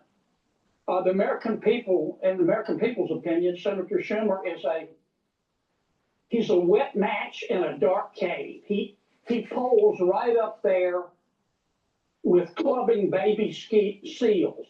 He's got a 30% approval rating, a 60% disapproval rating, and 10% of folks polled just didn't want to pause their video games to answer. It's not working. The American people may not read Aristotle every day, but they get it. This is not a policy shutdown. This is a political shutdown. And I keep waiting for my Democratic colleagues to come to their senses. So there's a group called Welcome. They consulted hundreds of thousands of voters. They did this over 6 months. And what they found is 70% of voters think the Democratic Party's out of touch, that they're prioritizing LGBTQAI plus and the rights of criminals over law and order and safety and security and secure borders. They voted against the largest tax cut in history. They voted against cutting taxes on tips and overtime and Social Security. They think it's, democracy in action to pay more money for gasoline, which is the lifeblood of our economy. They're on the wrong side of every issue, but these are 80, 20, 90, 10 issues. There's been no reflection, introspection, or course correction. So I don't see them changing. And now if you look at the front runners for president, you got Buttigieg, Kamala, Gavin, AOC. Is that the future of this party now? Well, I don't think they have a future until they stand up to the moon wing of their party. The moon wing, though, the socialist wing is in control. They're about to elect Mr. Mamdani, mayor of New York. And this group, we remember them from the Biden days when they had influence with President Biden. They hyperventilate if you use the wrong pronoun. They think Abraham Lincoln and George Washington and Thomas Jefferson and Dr. Zeus and Mr. Potato Head are a bunch of racists. They think children ought to be able to change genders at recess. The American people don't think that. And many Democrats don't. I want to be fair. But the moon wing does, and they're in control. I mean, who are the ones except for John Fetterman speaking out? None. There you go. Because Okay. they're scared. They're scared. They're not scared of Senator Schumer. They're scared of Congresswoman Ocasio-Cortez. And sooner or later, well, I don't know what's going to happen, Sean, but you know, as a Republican, this is probably good for Republicans, but I think it's bad for the country. I believe in competition, and I think New York is the greatest city in the world, and I don't want to see it ruined. But sometimes, it was you the know, greatest city in the world. yeah, sometimes you just have to let God take care of it, because if you take care of it, you'll end up in jail. I mean, there's some things you just can't change. Well, we appreciate it. Senator, congratulations on the success of the book. Hey, Sean Hannity here. Hey, click here to subscribe to Fox News YouTube page and catch our hottest. Please go to my store, the-studio-reykjavik.com, and get the Boomer Boost. Boomer Boost has 68 nutrients. It has a very comprehensive compound profile shown on the screen. You can read the label on my website. This will target multiple systems. It'll help to improve your cardiovascular system, help with brain function, help to build muscle, rev up your metabolism, and increase your energy levels. It'll also help to control your A1C levels. So you get a lot of benefit from taking this every day. This is part of my protocol to slow down the aging process. That protocol is taking a multivitamin, taking a probiotic, taking the Max 35 or Cleanse, taking C60, turmeric, ashwagandha, lignans, and Boomer Boost. And that will slow down the aging process. That's the protocol, and you build off of that. Now, taking Boomer Boost, you're going to see the effects. You're going to feel the effects of it within 72 hours. You're going to have more energy. It's going to be a steady burn of energy. You're going to have more vitality. This is a month's supply. You mix it with soft foods, filtered water, smoothie, or even with milk. I mix it with soft foods like hummus, but take it every day. And what you will notice is that your energy levels are steady throughout the day, and you'll have more vitality. Now, by taking this longer term, you're actually going to see the effects of it improving your immune system, your endocrine system, your brain function, your musculature. So please go to my store and get the Boomer Boost. Also, go to my store and be prepared for the fall and winter season by taking the Nano Silver soaps. You can get it in charcoal, tea tree, lemongrass, peppermint, and also lavender. So use these structural nano silver soaps every day, but especially during the fall and the winter. Use discount 5 and you get $5 off any order. Please go to my store, the-studio-reykjavik.com. And another great supplement that I have is omega-3. Omega-3 will help with your cardiovascular health. It'll bring down inflammation and help you to control your lipid profile. And resveratrol helps with youthful gene expression, get rid of cells that are in senescence, help to soak up free radicals and improve the health of your mitochondria so your energy levels go up. By taking resveratrol, you're also improving the basal layer of your skin. And this is part of the reason why that people that take resveratrol look younger. Stack this with C60, ubiquinol, or NAD+, to get the max benefits. You can also stack this with Clarity Factor. So please go to my store, the-studio-reykjavik.com, and get the resveratrol. I've been taking resveratrol for decades. All right, with that, let's go to Bloomberg. Sweeney on Bloomberg Radio. Soybeans. China purchases first cargoes of US soybeans this season. Scarlet Field, Paul Swingler live here in our Bloomberg Interactive Broker Studio, streaming live on YouTube. You want to talk soybeans, you want to talk pork bellies? You talk to Mike McClellan, Senior Commodity Strategist for Bloomberg Intelligence. Mike, is this good news for US farmers that I guess China's back buying some of our beans? Yes, it is, Paul. It's just obviously more rational, expected news. About a month ago, the price of soybeans in Brazil reached about a 20% premium to US soybeans. And for the first time in history, China wasn't buying any of our soybeans, the world's largest demand pull, importer. So this agreement is a win-win. Mr. Z looks good. US farmers are happier. The soybeans have popped up to $11 a bushel. I think that's a pretty good resistance. And I'm putting the final touches on my November outlook for commodities. And I'm going to put that level as the key inflection point. If soybeans can stay above 11, the whole commodity sector might be okay. I think the risks are it goes lower because we're just starting planting in South America. And that's where the key source of pressure has been massive supply out of Brazil and Argentina. So when China wasn't buying US soybeans, what did that do to supply? Is there still an oversupply of soybeans in the US?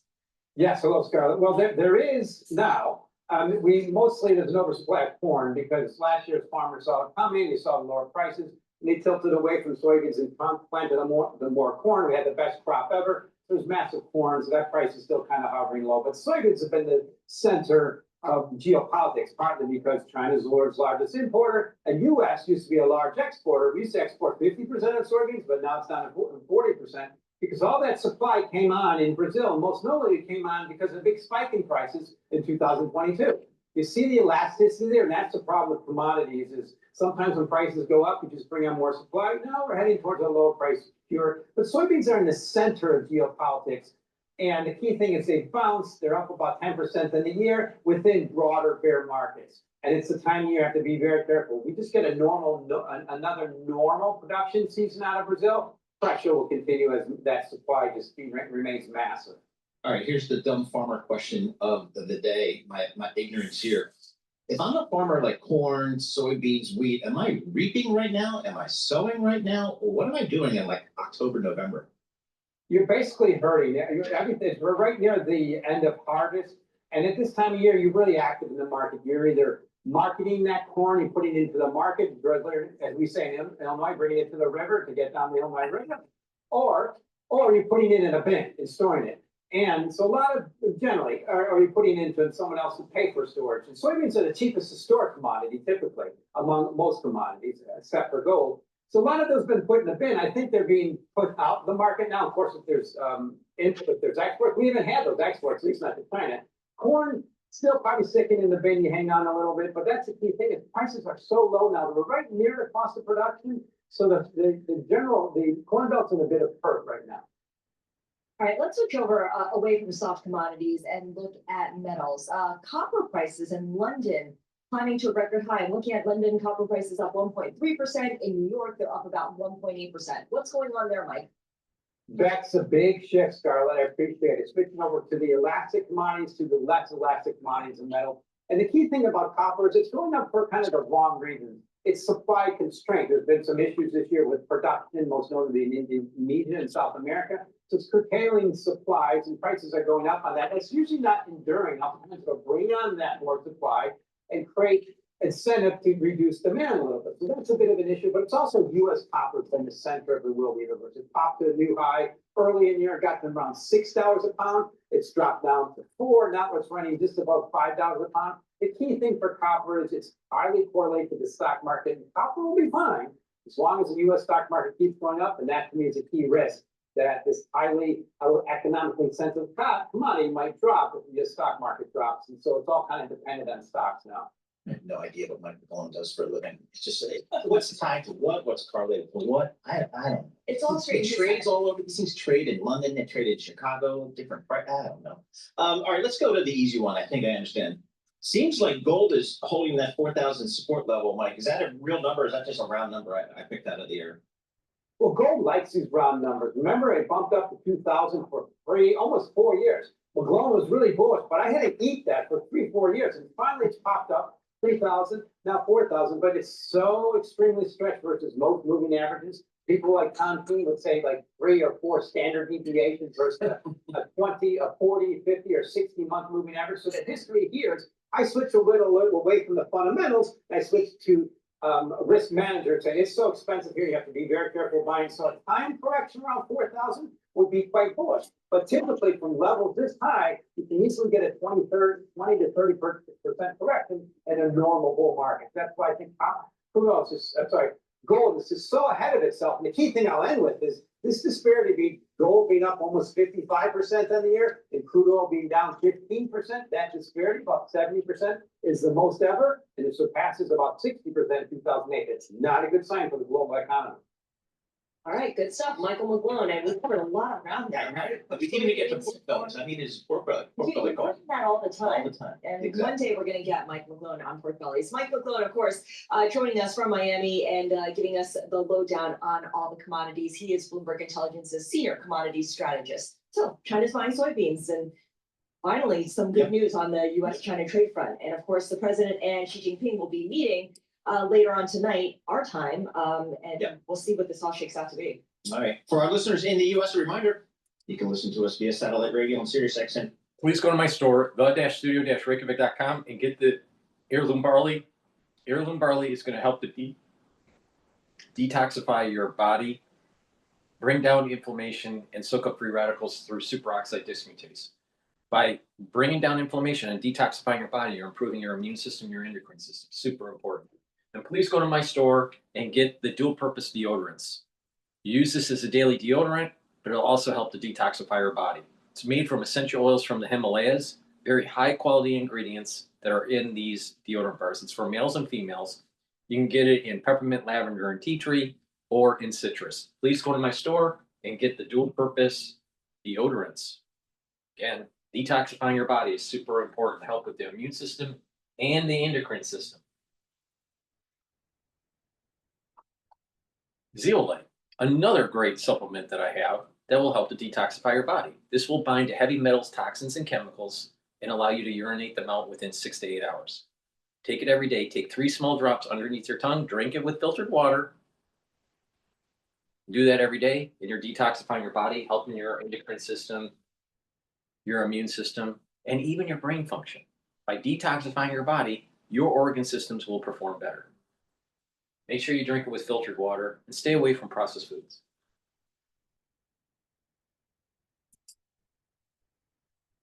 Result in a 25 basis point rate cut. Jeffrey Cleveland will join us to give us his take on where the economy is headed now that the Fed is going to cut rates once again this month. And after that, we'll speak with Anurag Rana, Bloomberg Intelligence technology analyst, to give us his preview of 3 of the Mag 7 names that will be reporting earnings today. Microsoft, Alphabet among them. So a lot to cover. Meta as well. So 3 out of 5 this week. It's going to be big news for the big tech world. All right. In the meantime, let's bring in John Tucker for Bloomberg Business Flash. John. And right now, we are at records after yesterday's record close. S&P 500, 15 points higher. That is up 0.2% right now. And the Dow Jones Industrial Average up 241 points. That's a rise of 0.5%. NASDAQ 100 up 120 points. That is up 0.5%. And as you say, 2 o'clock, we're going to get the Fed decision. Ahead of that, more policy reactive 2-year yield, a basis point higher, 3.5%. The 10-year yield right now, just about 2 basis points, just shy of 4% at 3.99 right now.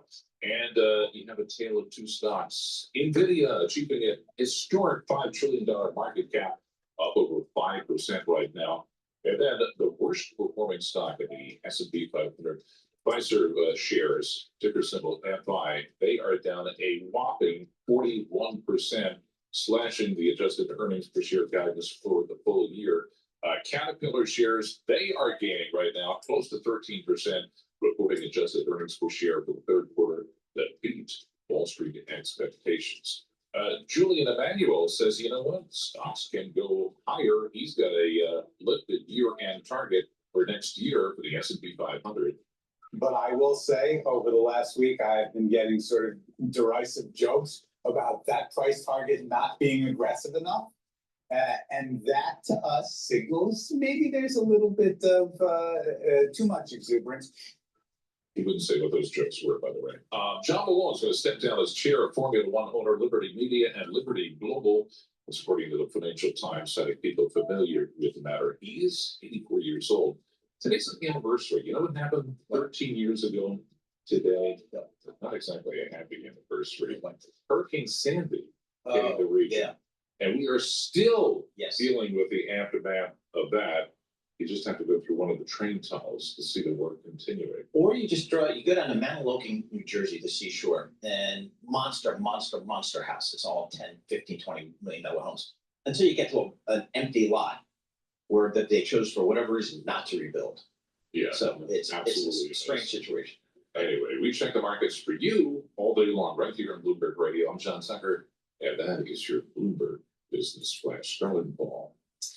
All right, good stuff. Thank you so much, John Tucker. Let's get some individual equity movers now and bring in our market drivers, Nora Melinda, Bloomberg Television Markets correspondent. Nora, get us started. NVIDIA, the big name here. The big name of the day here, and almost feels like every day at this point. That's ticker NVDA, and we are seeing the company roaring up as much as 5.6%. This is the highest level on record. Of course, we know that the company topped the $5 trillion mark, the first company to do that in terms of market capitalization. But of course, we also know that this is a lot of this being really driven by a lot of the plans and partnerships that they've been rolling out. But additionally, Trump saying that he will discuss the company's Blackwell AI processors with Chinese leader Xi Jinping. And so this, of course, will really getting Wall Street really excited about what that could mean here for the company and just the broader landscape here. So you are seeing shares on a tear up about 55% year to date. Wow. All right. Very good. I'll tell you what used to be like a hot stock, hot sector. Telecommunications. Verizon reported today as well. They did report revenue. We saw a lot of different metrics that came through here, but they did report a loss in terms of wireless phone subscribers for the third quarter. But they do really have an aggressive strategy that they're really trying to roll out here to gain subscribers. So they're trying to focus away from emphasizing their network and towards improving more or less the customer experience here. So you're seeing shares of Verizon up for their best day since July here, up as much as 5.1%. On the year, not looking like there's too much going on here, up about 1% so far year to date. Well, it's interesting. This is a new CEO, Dan Schulman, plans to, quote, aggressively transform Verizon's culture and cost structure to improve the customer experience and compete effectively. That's, I mean, you think about, Verizon, these big telecom companies, that might be a hard thing to do. Absolutely. These aircraft carriers of companies. And I feel like people are kind of like locked into whatever company they work with. I mean, I feel like you have your one phone provider, and let some other hot new deal comes out, you pretty much stick with the legacy that you have. But churn is a big thing in wireless. That's also true. Yeah. So when it's time to upgrade your phone, that's when you start looking at right. You start shopping around, cast at that, see who gets you the best deal. All right, let's take a look at Pfizer. Pfizer, not a pretty day here. Actually, the worst day ever on record for the company. This is a fintech company that we're talking about, falling for its lowest level since 2018. This is after its results really confused Wall Street. They suffered a record plunge after slashing their outlook for full year earnings. And third quarter results that really did not fall well in terms of Wall Street expectations here. So you really are seeing the stock taking a beating today in particular, but it hasn't really been a pretty picture this year totally here. I mean, shares have been down 64% so far this year. So clearly a troubled company right now. Very good, Norma Linda. Thank you. Thank you so much, Norma Linda. Appreciate that. And you can get that Stock Movers podcast anywhere you get your podcast. You can hear Nora talk about what's moving. Please go to my store, the-studio-reykjavik.com, and get the Gladiator Barley. This will bring down inflammation, soak up free radicals through superoxide dismutase, detoxify your body, and help you to build muscle. Do some resistance training, take the Gladiator Barley, and by doing that, you're also controlling your A1C levels. And get the collagen. The collagen is a dual-purpose supplement. This will help with your skin, your hair, your nails, your cartilage, your joint health, your musculature, and your bone density. Please go to my store and get this month's supply of collagen. It's very high quality. Make sure you do some resistance training. By saying that it is an honor to stay up and talk to you guys. That's what makes this whole trip worth it. But ahead of this highly anticipated meeting, as you well know, we had thought that there was going to be basically this generic framework that would likely extend the trade truce that's currently in place and set to extend by November 10th. So there's been a pretty hard deadline here for the leaders to meet and ultimately make that extension. We heard from the Treasury Secretary Scott Bessent going into this week, and he laid out what sort of deliverables we might be getting, including that China would resume its purchases, as people familiar tell us today here at Bloomberg News that they have so far purchased at least 2 cargo shipments when it comes to soybeans, but we are still waiting on some further details, including what this is going to look like going forward. We had also learned that China was going to back off its newly unveiled export curbs when it comes to critical and rare earth minerals. In exchange, the U.S. appeared to have effectively taken that threat of an additional 100% tariff off the table. But since then, we've learned that this isn't just about pulling back the recent escalation in tensions. We heard from President Trump earlier today telling reporters aboard Air Force One, as you've been discussing, that he's going to bring up NVIDIA's Blackwell chip with Chinese President Xi Jinping. This would be a major win for Beijing, which would like the access to this advanced semiconductor. Also, the company, which has been trying to regain Chinese market access since 2022. Now, of course, this isn't a done deal. We're not quite sure exactly what this conversation would entail, but that's something to keep your eye on. And then Paul and Scarlett, quickly I'll add, also keep your eye on what happens when it comes to that tariff linked to fentanyl. This feels like one of those realistic, tangible deliverables that we might get that could actually move the tariff rate when it comes to Beijing. Both sides have said that they have made progress when it comes to the issue. 20% of the tariff currently in place on China is tied to fentanyl concerns. This would very likely look like Beijing putting forward some sort of solution like export curbs on so-called precursor chemicals that go into fentanyl. This has been a big priority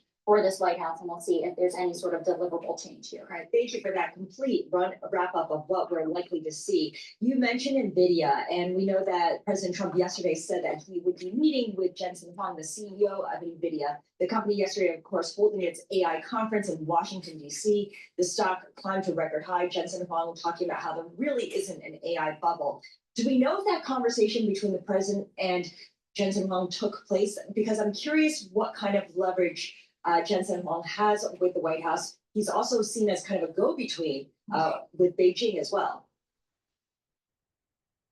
Right, that's exactly right, Scarlett, particularly when you think at how some of President Trump's advisors and his actual administration have been a little bit more hawkish when it comes to China. I was speaking about this earlier this morning on Bloomberg Television, but this entire scenario reminded me of how then Senator Marco Rubio, almost a year ago today, sent a letter to then Secretary of Commerce Gina Raimondo to urge her to essentially put a halt, a blanket denial on any sort of U.S. export licenses when it comes to critical technology like semiconductors. So it is very clear that Jensen Huang has an influence with the president. In fact, he was not there yesterday at that Tokyo business leader reception. President Trump had called out Apple's Tim Cook, who was there, asked him if he was coming here to South Korea. He's not. So it's clear that there's been a push and pull here when it comes to President Trump and some of these leaders in the private sector, like how we saw Apple's Tim Cook really have that dominant role during Trump 1.0, the first Trump administration. And now we've really seen Jensen Huang and his relationship with President Trump develop. Paying off for sure. Tyler, thank you so much for joining us. We really appreciate your reporting throughout this very long day for you. Again, it is midnight or past midnight over there in South Korea. Tyler Kendall, Bloomberg Washington correspondent. She is accompanying President Trump on his trip through Asia. And again, just timing-wise, President Trump and Xi are scheduled to speak at 10 p.m. East Coast time tonight. That's 11 a.m. local time in Korea tomorrow. So we'll have full reporting. You used your IC2 function on the Bloomberg. I did. Thank you very much. Exactly. So anyway, that's where we go. And, oh, by the way, if all the earnings and all the geopolitics isn't enough, it is Fed Day. That means at 2 p.m. we get a statement from the Fed. At 2:30 we get a press conference from the Fed Chairman Jay Powell. And most importantly, at 1:30, focus on the Fed. Tom Keene, John Farrow will simulcast that with Bloomberg Television. They'll cover you all the way through the Fed Day. Ira Jersey joins us here. He does this interest rate stuff for a living. Somehow he gets paid. He's actually built a career on interest rates in the treasury market. I have no idea how he's done it, but he's done it. He's the best on the street. We appreciate getting a few minutes of his time. Ira, what's the challenge or what's the opportunity for Fed Chairman Jay Powell today, do you think?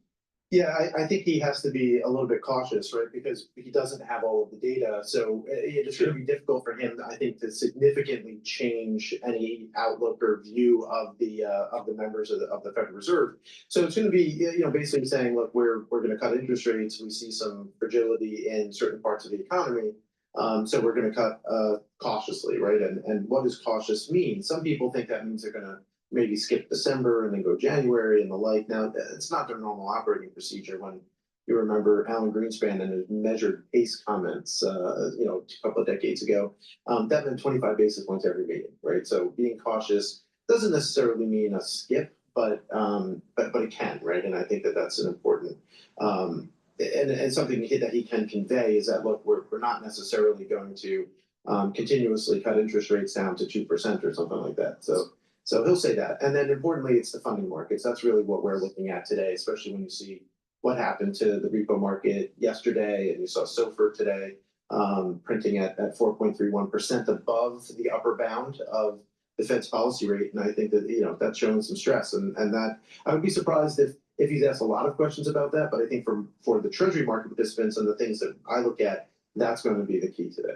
Why are there signs of stress in the funding markets? Yeah, so there's this thing called the lowest comfortable level of reserves, right? So banks have reserve balances, which are assets for them, they're liabilities for the Federal Reserve, and those go up and down because of different changes in the Fed's liability. And they've been consistently going down over the last couple of years as the Fed's run off its balance sheet, right? The so-called quantitative tightening. And we're reaching the point now, and it's pretty clear that we're close to this point where we no longer have abundant reserves.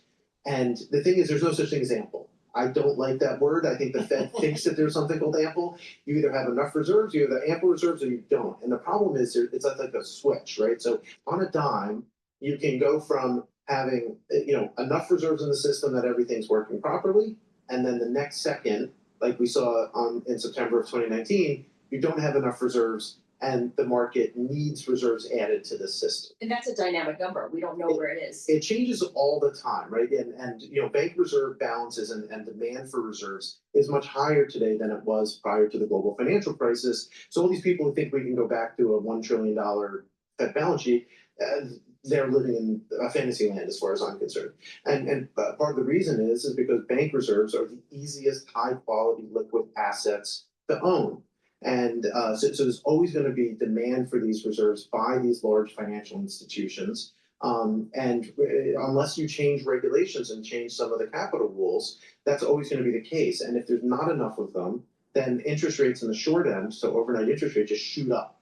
And that's what the Fed wants to avoid. So if nothing else, even if the Fed continues quantitative tightening, which we think they might for another 6 weeks, they will have to announce that they're going to do more repurchase agreement operations and what we call open market operations. And this is important because if the funding market breaks, there's no way that asset prices stay where they are. They are going down in a hurry. But what's the risk level of that happening at this stage? I think the fact that the Fed is looking at it and the Fed understands that they have to do something, they need to do more TOMOs. If you read a lot of street research, our own research here at Bloomberg Intelligence, everyone knows that the Fed is going to need to step in and add reserves to the system.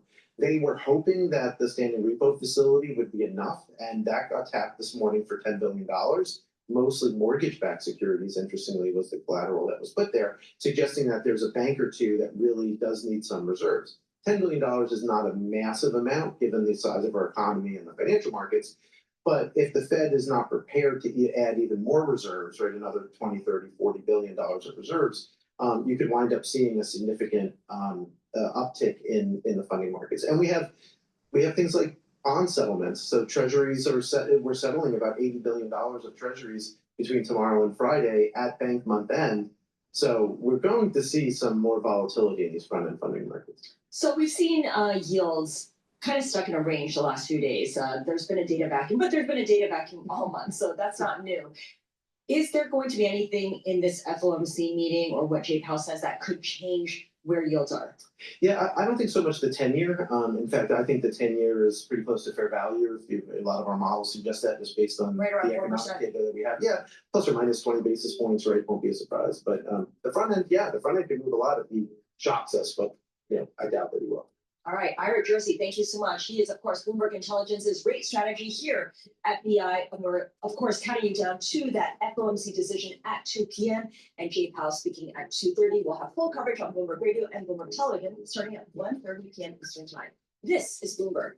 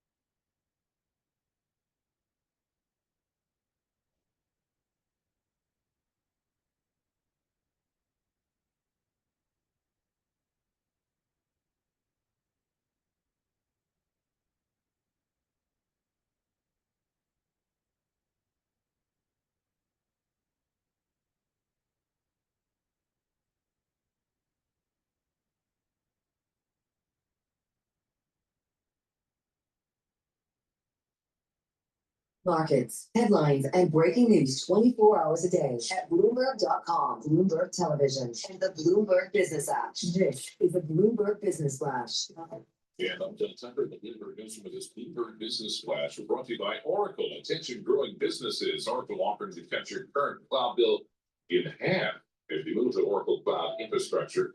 This is for new U.S. customers with minimum financial commitments. See if your company qualifies at oracle.com/Bloomberg. S&P 500, 17 points higher, up 0.25%, 6908 on the index. That's record. Dow Jones Industrial Average up 247 points. That's a record. And the Nasdaq 100 up 115 points, up just about 0.5%. That's a record there. Jensen Huang's spree of deals launching the AI frenzy to new heights. NVIDIA achieving an historic $5 trillion market cap. About the next two biggest companies, Microsoft and Apple, with valuations about $4 trillion each. And NVIDIA shares today up 3 And again, after the record close yesterday, stocks are pushing higher. The Fed, of course, widely expected to cut 25 basis points today. After the close, Meta, Microsoft, and Alphabet reporting earnings. The payments processor, Fiserv, seeing shares plunge. They slashed their adjusted earnings per share guidance for the full year. Worst performing stock in the S&P 500 today. It is down a whopping 42% in today's market. You know, Starbucks has poured millions of dollars into rehabbing its stores and trying to get more people through the doors. Also trying to get them to stay longer, attracting and keeping customers, the key pillar of the turnaround for the new CEO. But neither one of those things is happening. The share of visits longer than 10 minutes has shrunk since Brian Niccol took over the helm in September of 2024. This is according to data from Placer AI. I guess, what do they, is there a special name for somebody who hangs out in Starbucks? Yeah, I think it's these people that work from home that are just, you know. He means slackers. Slackers. No, not slackers, but. That's what Paul meant. What's this? Yeah, I think, well, this You know, is we've the thing. got people who hang out in malls or mall rats and Yeah. hang out in Starbucks. Is there a special name? I think half the US GDP is, you know, done in Starbucks. People just doing whatever they do, their side hustle gig. My daughter loves to go there to study, so. Yeah, that's another thing. That's a good thing. Anyway, we check the markets for you all day long, right here on Bloomberg Radio. I'm John Tucker, and that's your Bloomberg Business Flash. Poland Scribe. All right, good stuff. Thank you so much, John Tucker. You know, we don't have any data anymore, Paul Sweeney, and the Fed is a data-dependent central bank. That's what they tell us. So what do they say about the state of the economy? They're just like the rest of us. They're just kind of going, what's the alternative investment, WLT, ALT-E? Keep going. Okay, all right. Paul's going to give us some insight from that world. But in the meantime, let's go now to Jeffrey Cleveland. He is chief economist over at Hayden and Regal to join us and talk a little bit about the U.S. economy here. And Jeffrey, do you think we're going to get anything actionable from the Fed chair when it comes to understanding how this week's layoffs, and you know, there's some big numbers here. Amazon, 14,000 workers to be shed. UPS, 34,000 workers to be shed, will lead to more aggressive cutting of rates in 2026? Yeah, we'll see. I think, you know, he's in the same boat that we are. We're talking to all of our clients all over the US and around the world, getting the sense of how they see the labor market. I think by and large, they see the labor market softening in through the September period and into October. So I think that's an interesting data point. I'm sure policymakers are doing the same thing, canvassing their contacts. I also think we have enough data to go on. I mean, the jobs data, whether it's from ADP or BLS that we had, shows the same trend, which was a slowdown. We had yet to see really layoff activity. You know, we've been looking at the state level unemployment insurance claims, and we haven't really seen that feed through. So the headlines, are worth paying attention to, and we'll just have to see how that plays out. But given the Fed's over 4% on the funds rate, I think the safe thing, the easy thing to do is just cut rates today. I mean, we already had one rate cut earlier, Bank of Canada, getting back closer to 2%. They're probably at or below neutral on theirs. So I think the Fed should maybe follow their lead and move in that direction. All right, WSL space ALTE go on the Bloomberg terminal. That'll get you to private and proprietary alternative U.S. economic indicators. There you go. If you think the Bloomberg should have it, it has it. That's how I. You just got to dig around a little bit. Exactly right. Jeffrey, let's assume that the Fed does cut today. What do you think would be a reasonable cadence of their future cuts? From our perspective, we think that inflation is moderating. The tariff inflation that we are seeing is a little bit of noise. And if you try to look out over the next 12 months, we can build a plausible case to get back closer to 2% on core PCE by the end of next year, so the end of 2026. If we're right on that, even if we're in the ballpark, I think rates should be quite a bit lower. I think back to 3% on the funds rate. So we have a cut today. We have another cut in December, and then we have 3 next year as well. So that's kind of how we're seeing things shake out. The only real interesting question is if we're going to have much weaker economy signaled by the weakness in payrolls, or if things can pick back up. Possible things could pick back up in 2026. So that's the interesting question. I'd like to see how Chair Powell answers that question today. I suspect the answer will include some version of AI because of productivity gains. Yes. I want to get your take on inflation. Why is it that the consensus view is that tariffs cause only a one-time price effect? I think, we look at it as, tariffs as a tax on imports. So it is going to push up the cost of goods. But when we talk about inflation, we're talking about the general level of prices, so all prices. And if you look beyond goods and you look at non-housing services, for example, and you look at housing, both of those categories have actually dragged core inflation a bit lower year to date. And those other two categories account for, I would say, roughly 75% of core PCE. So when you're thinking about overall inflation, which is what we're trying to do, yes, there's some pressure from goods and tariffs, but I think it's being offset by everything else we're seeing. And the softness in housing, so rents and owner's equivalent rent, we expect that to continue in 2026. And if the labor market remains, somewhat weak, then non-housing services should also moderate. So that's how we're thinking about it. All right, Jeffrey Cleveland, thank you so much. We appreciate that. Jeffrey Cleveland, he's an economist over there, paid in Regal out there in Los Angeles. Please go to my store, the-studio-reykjavik.com, and get the Good Night Formula. This has tryptophan, melatonin, GABA, and passion flower to allow you to get into the 3 to 5 cycles of REM sleep and deep sleep. So you're detoxifying your central nervous system, consolidating memory, and you'll be well rested. By having good sleep regularly will slow down the aging process and improve your brain function. Myotrol helps with the gene expression to build muscle and maintain muscle. It has polyphenols, flavonoids, and lignans to help with that gene expression. In addition, Myotrol will also help to improve your mitochondrial health. By taking Myotrol every day, drink it with filtered water, and do some resistance training, it'll help you to build muscle and maintain muscle.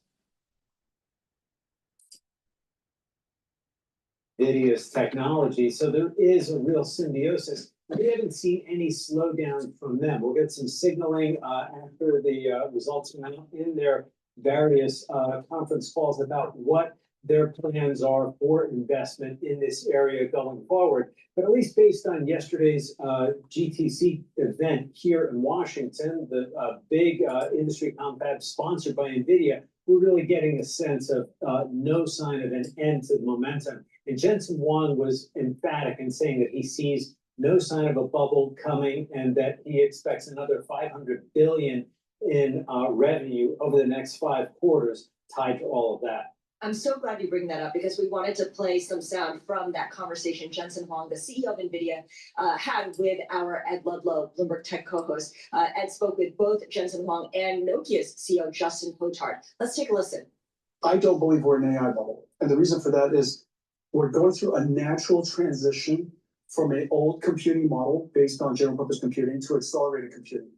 We also know that AI has now become good enough because of reasoning capability, research capabilities, its ability to think. It's now generating tokens and now generating intelligence that's worth paying for. Mike, what gets my attention is Jensen Huang coming out and saying definitively that he does not think there's an AI bubble. Do you think any of the CEOs of the 3 companies that are reporting today, the 2 that are reporting tomorrow, are likely to go out on a limb and say that? They have put so much into artificial intelligence themselves that they would be loath to issue any kind of a bubble warning. That'll come much more from the outsiders. The interesting thing, though, is when NVIDIA talks about AI, it is not thinking just ChatGPT and the other chatbots that we are familiar with.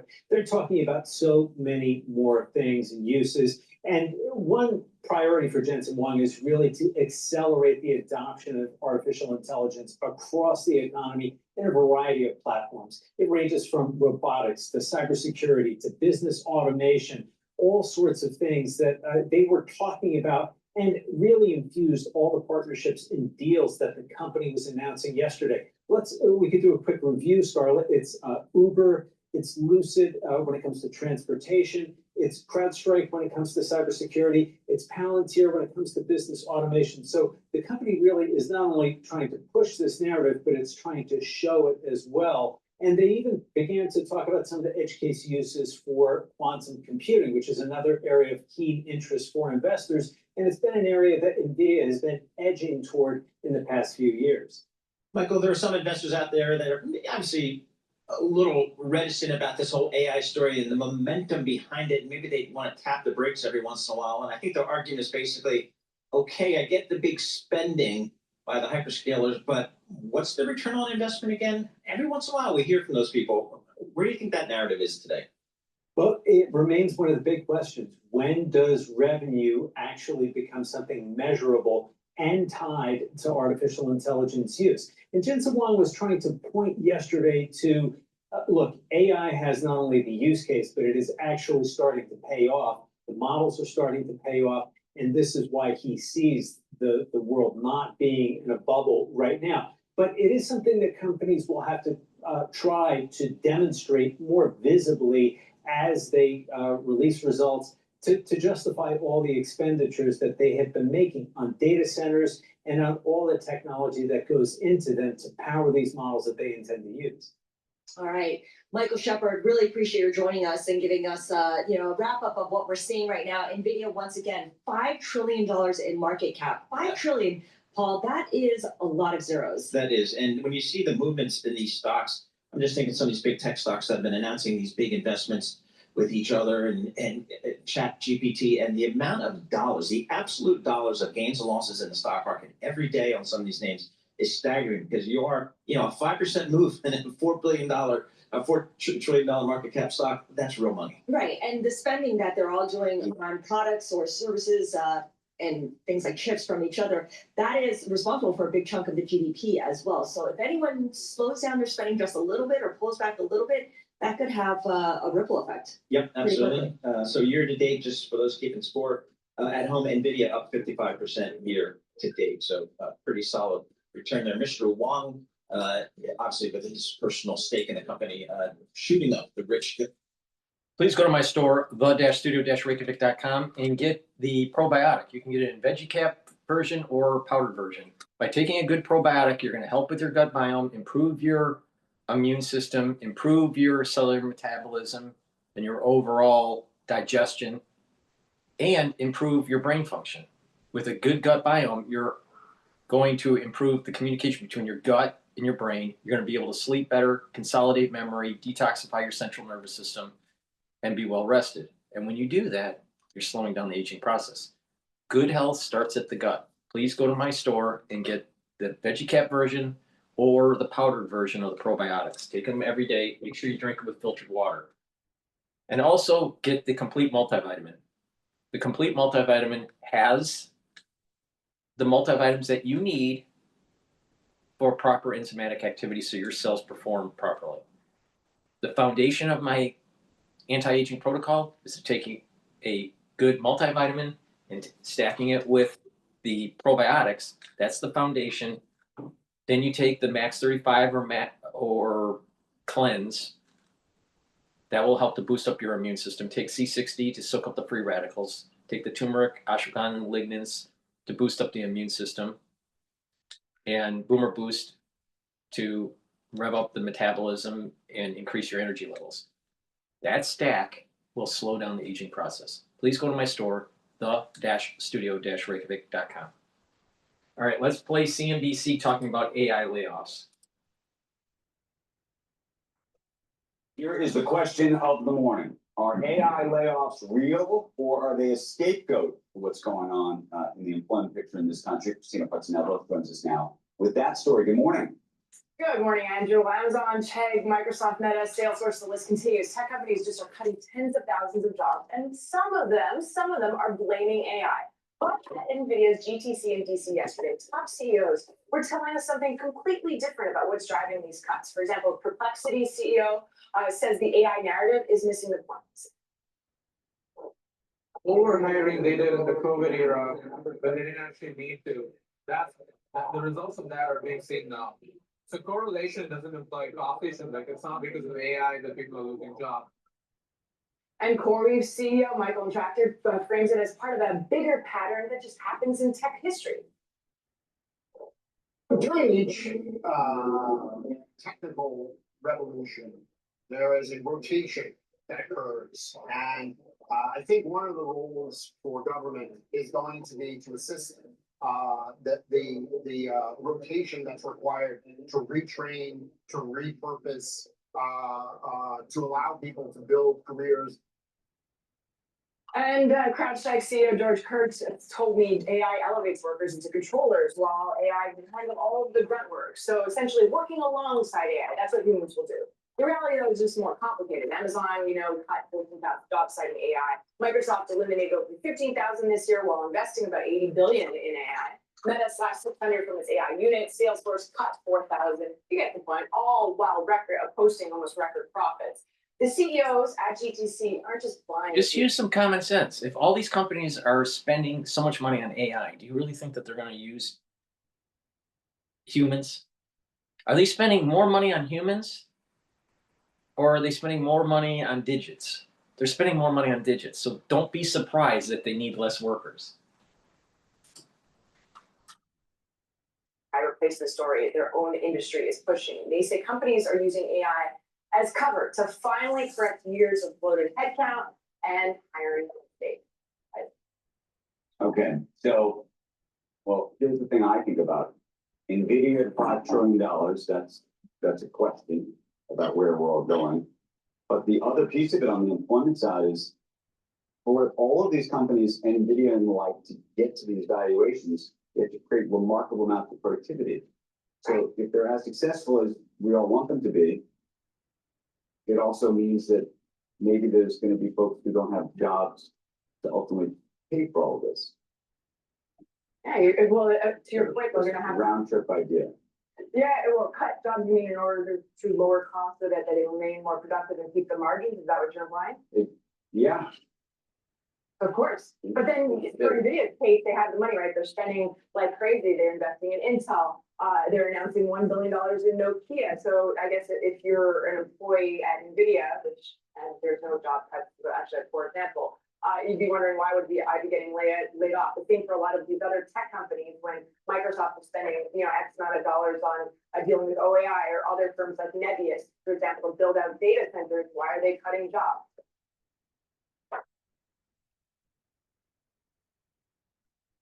Before I now get to Romeo, I'll break out only 55.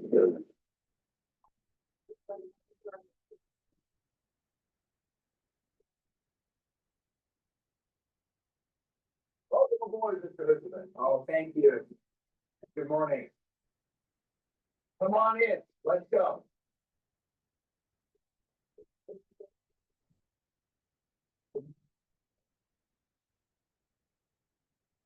Three meetings and 3 stops today. We've all got the same 24 hours in the day.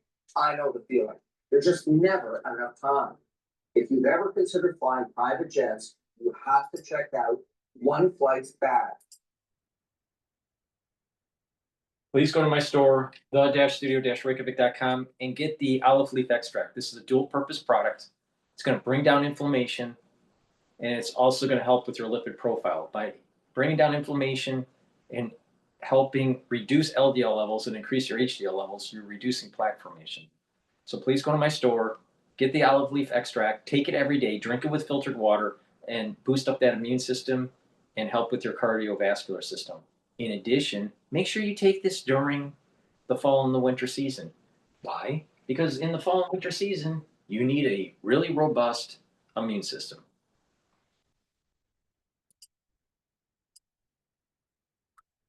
Not just Day, Microsoft, Alphabet, Meta Platform deliver the results after the close, with Amazon and Apple following tomorrow. And right now, the S&P 500, 14 points higher. The Dow Jones Industrial Average up 248 points. NASDAQ 100 up 86 points. According to the British journal, the medical journal Lancet, they have an annual report on climate and how soaring temperatures are killing 550,000 people every year around the world. That's one heat-related death every minute. So these new numbers come during a year record-setting temperatures this year around the world. They also say it's an economic hit. Lost labor productivity related to heat, according to the Lancet, caused an estimated $1 trillion in income losses. Like, are those numbers, are they higher than they used to be? Are they trending higher? Do we have context? Oh, they're trending higher. Because the climate change deniers, I would say, give me the context there. I mean, do 500,000 people die every year because of heat since the beginning of time? I don't know the answer. It's a steep increase, at least according to the Lancet. And as far as, whether it's, a new or fake or whatever, always follow the insurance industry and the actuaries, because they are the folks who, live or die by this stuff. They quantify it. They quantify it, yeah, so. They price it, yeah. We check the markets for you all day long, right here on Bloomberg Radio. I'm John Tucker. That is your Bloomberg Business Flash. Scarlett and Paul. Hey, John Tucker, thank you so much. We appreciate that. Scarlet Food, Paul Sweeney. We're live here in our Bloomberg Interactive Broker Studio. We're streaming live on YouTube as well. So head over to youtube.com, search Bloomberg, a local podcast, and that's where. Please go to my store, the-studio-reykjavik.com, and get the digestive enzyme complex. This will help to break up carbohydrates, proteins, and lipids, and reduce the load on your pancreas. Super important to take every day to improve your digestion. Please go to my store and get the digestive enzyme complex. And when you're reducing the load on your pancreas will actually last longer. So we all know what Microsoft is. We all use Microsoft. We all get it. What is the investment story on Microsoft these days, Anurag? So, the legacy business is still doing okay. I mean, whether it's Windows or Office, and those are good, businesses to be in because they drive a lot of free cash flow. But they're not growing as fast as they used to. So that the next phase of business is the cloud infrastructure business or just overall the cloud business. And that's seen such a big kick because of the OpenAI relationship that they have. And that has been driving growth for the past few years. And that's really the story for them right now is, how much of the lift that they're going to get on Microsoft Cloud because of all the OpenAI workloads that they are hosting. Right, I'm so glad you go there because, of course, yesterday we did get news that OpenAI and Microsoft kind of reset their relationship, and now Microsoft will own a stake of OpenAI that's valued at $135 billion. Does that announcement show up in its results in any way tomorrow, or I should say today? No, I mean, it does not show up because it's other income. It goes, accounting is different for that particular part of it. But for us, it's not the financial impact of that deal. It's really that Microsoft can use their technology or their models up to 2032. That to us is the most important aspect of it because frankly speaking, Microsoft has been selling their Copilot products for a number of years using OpenAI's technology and having rights to that for the next 7 years, I think is probably the most important aspect of all that happened yesterday. So how do you, and by the way, Microsoft hit an all-time high again today. Anurag, how do you think about the competitive landscape for the cloud business that is so important for the Microsofts of the world, the Amazons of the world, the Googles and things like that? How do you think about that? So things have gotten shaken up in the last 12 months, largely because of the AI workloads. So OpenAI being an exclusive partner for Microsoft, Microsoft was, you could say, getting most of the benefits. Till it came to a point, they had massive capacity constraints. Then at that point, I'm assuming with the help of or the allowance of Microsoft, OpenAI was able to outsource some of that work to Oracle as well as to CoreWeave. Now the question is, what's going to happen that no longer Microsoft has the right of first refusal as the cloud provider? Does OpenAI go out and start knocking on Amazon's door? Because they are the one vendor right now that has not seen any AI lift compared to whether it's Microsoft or Google. Both have shown an acceleration in their growth rates in the last quarter, which we didn't see for Amazon. Anurag, let's talk about Alphabet. I look at the year-to-date performance, and Alphabet is number 2. Yeah, after Paul Sweeney calling it Google still, old school. Yeah. Alphabet is number 2 after NVIDIA in terms of year-to-date gains, 43% advance so far this year. What's the outlook like for its results this quarter? I think in the last quarter when they reported, they also showed a 500 basis points improvement in their cloud growth rate. And I think that's what everybody's going to hang on today and say, what is their cloud growth rate? They recently signed a very big deal with Anthropic to use Google chips. I mean, that's a huge deal, frankly. So they have the chips, they have the model, they have a cloud business. So I think investors right now are looking at this as probably one of the better ways to play AI. But when you go back, let's say a couple of years, the issue at hand was that everybody thought they're going to lose out on all their search business because of OpenAI. And I think that fears is somewhat subduing right now, but I think that cycle will keep on going as it relates to Google for some time, or Alphabet.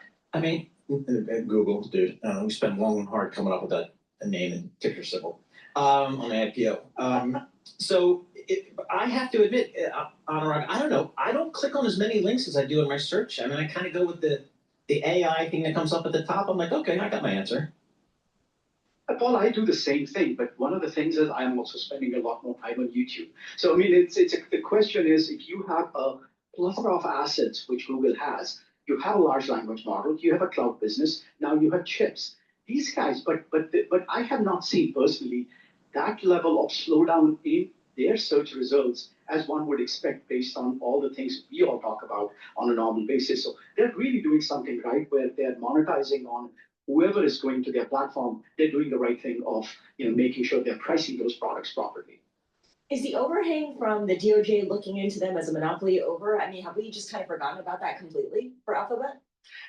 I think that was a very big push for them, and it's not just them. Apple got the you could say a relief from that as well, because Google pays Apple a lot of money to be the default search on iOS. I think that issue is probably behind us right now because of the OpenAI threat that Paul was just talking about. I think the regulator said, "But listen, these guys have serious competition right now." So that's partially, I think, how they got away. All right, that's good stuff. Anurag Rana, Senior Tech Analyst, Bloomberg Intelligence. He is one of the leaders of our technology research team. It is a global team. We've got analysts all over the place. Please go to my store, the-studio-reykjavik.com, and get the vitamin D3. This will help with gene expression because vitamin D3 is a gene expression cofactor, so your cells will perform properly. In addition, vitamin D3 helps to get rid of cells through apoptosis if they're infected. Super important to take during the fall and the winter season. Vitamin D3 also helps to absorb calcium. So when you're doing resistance training, it's going to help you to build denser bone. Super important. And vitamin D3 helps your cardiovascular health by reducing calcium depositing around plaque formation. Take vitamin D3 every day. Drink it with filtered water. All right. Someone wants me to play Al Jazeera. Well, let's play Al Jazeera and see what's playing.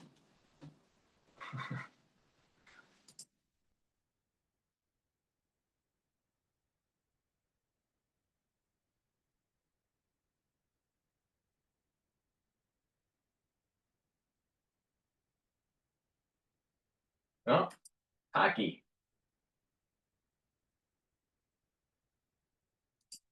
Can't play the hockey. Why? Because YouTube gives you strikes on copyright protection. So I can't even play Al Jazeera. Lovely. All right, let's see if there's some clips that we can play.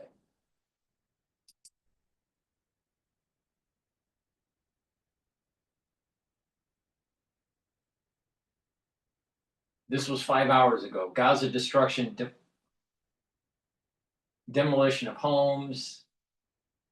Israel attacks Gaza, ceasefire violations. This was 7 hours ago. Let's play that. Have killed at least 90 Palestinians, 24 of them children, in the most significant violation of the ceasefire since it began more than 2 weeks ago. Prime Minister Benjamin Netanyahu ordered the attacks after an Israeli soldier was killed in Rafah. Hamas has denied involvement. US President Donald Trump, who helped broker the truce, has defended the strikes, but he insists the ceasefire will hold. From the north to the south of Gaza, Israeli strikes hit homes, tents housing displaced Palestinians, and refugee camps. Rescue efforts have been underway to retrieve the bodies buried under the rubble. Okay, let's now speak to Rob Geiskin-Fold, who's a lecturer in international security at King's College London. Welcome back to Al Jazeera. Thanks for your time. From a security standpoint, how fragile is the ceasefire? Are we already seeing its collapse in real time? Well, the ceasefire was fragile from day one.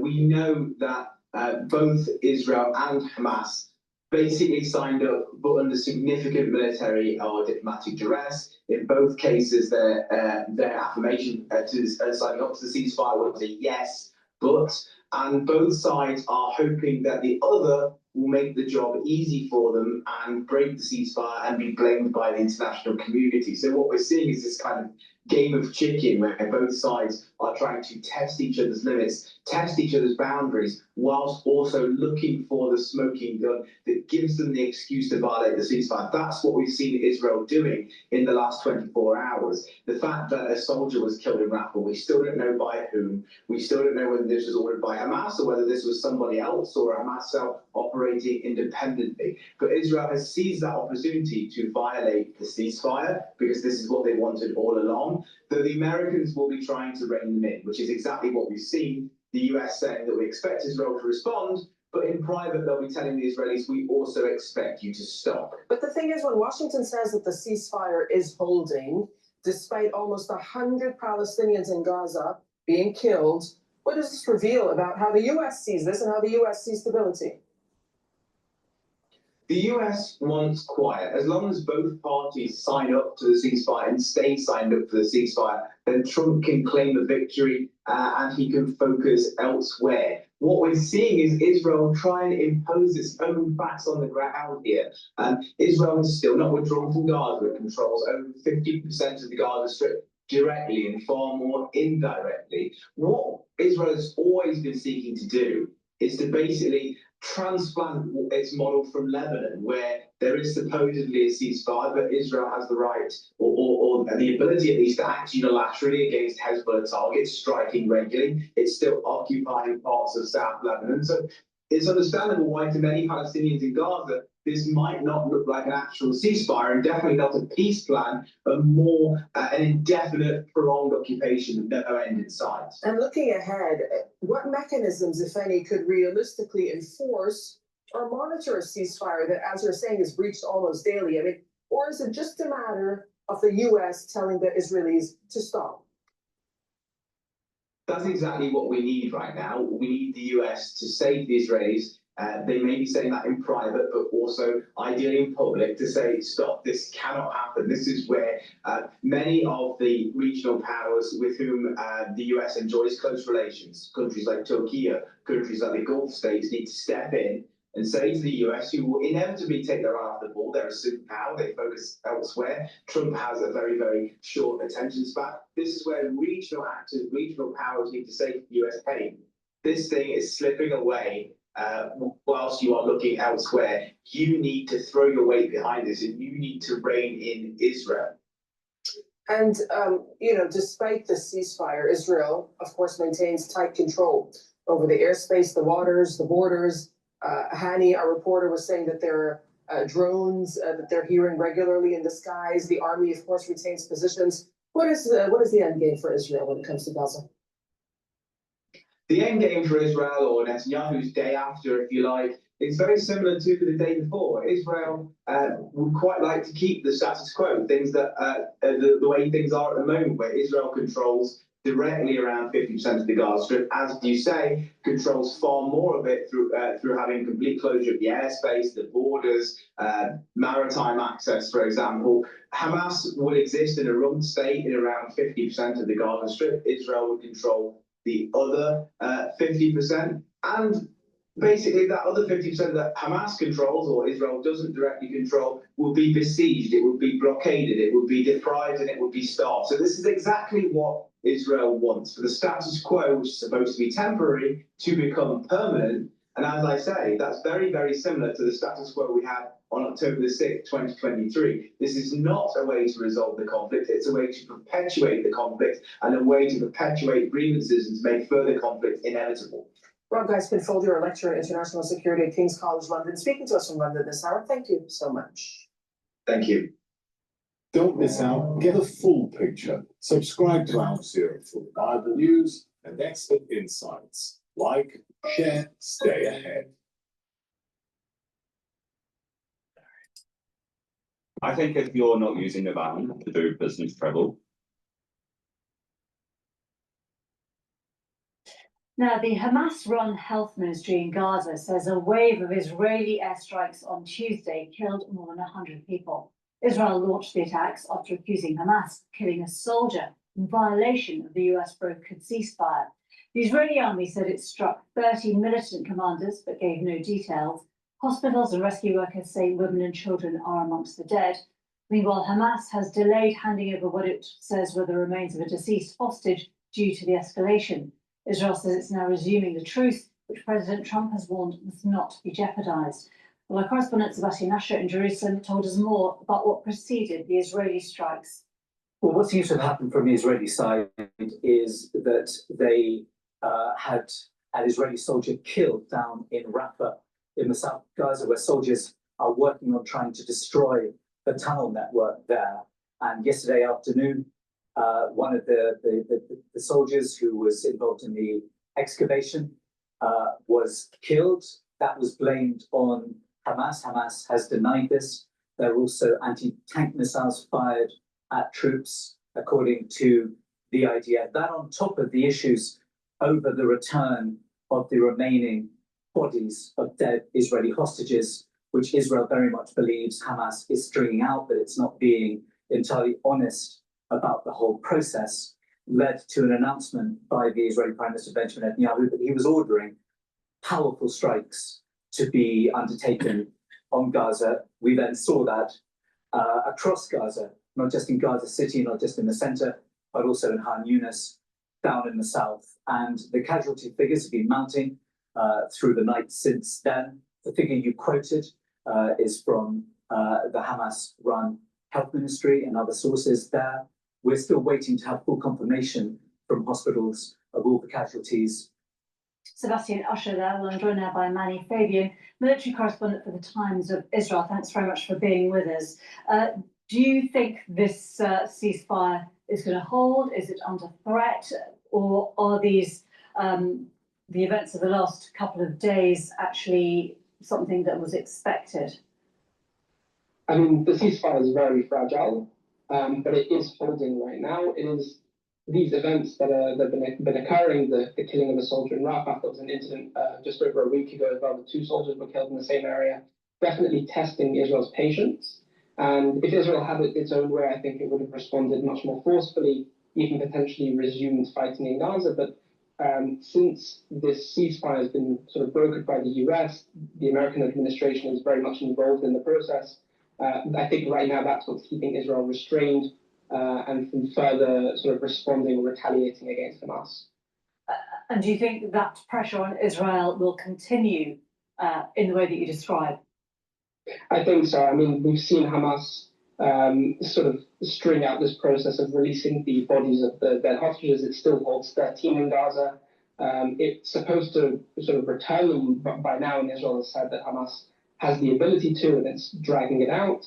But Israel is not sort of using all of its cards yet. It's not deciding to return to fighting as of now.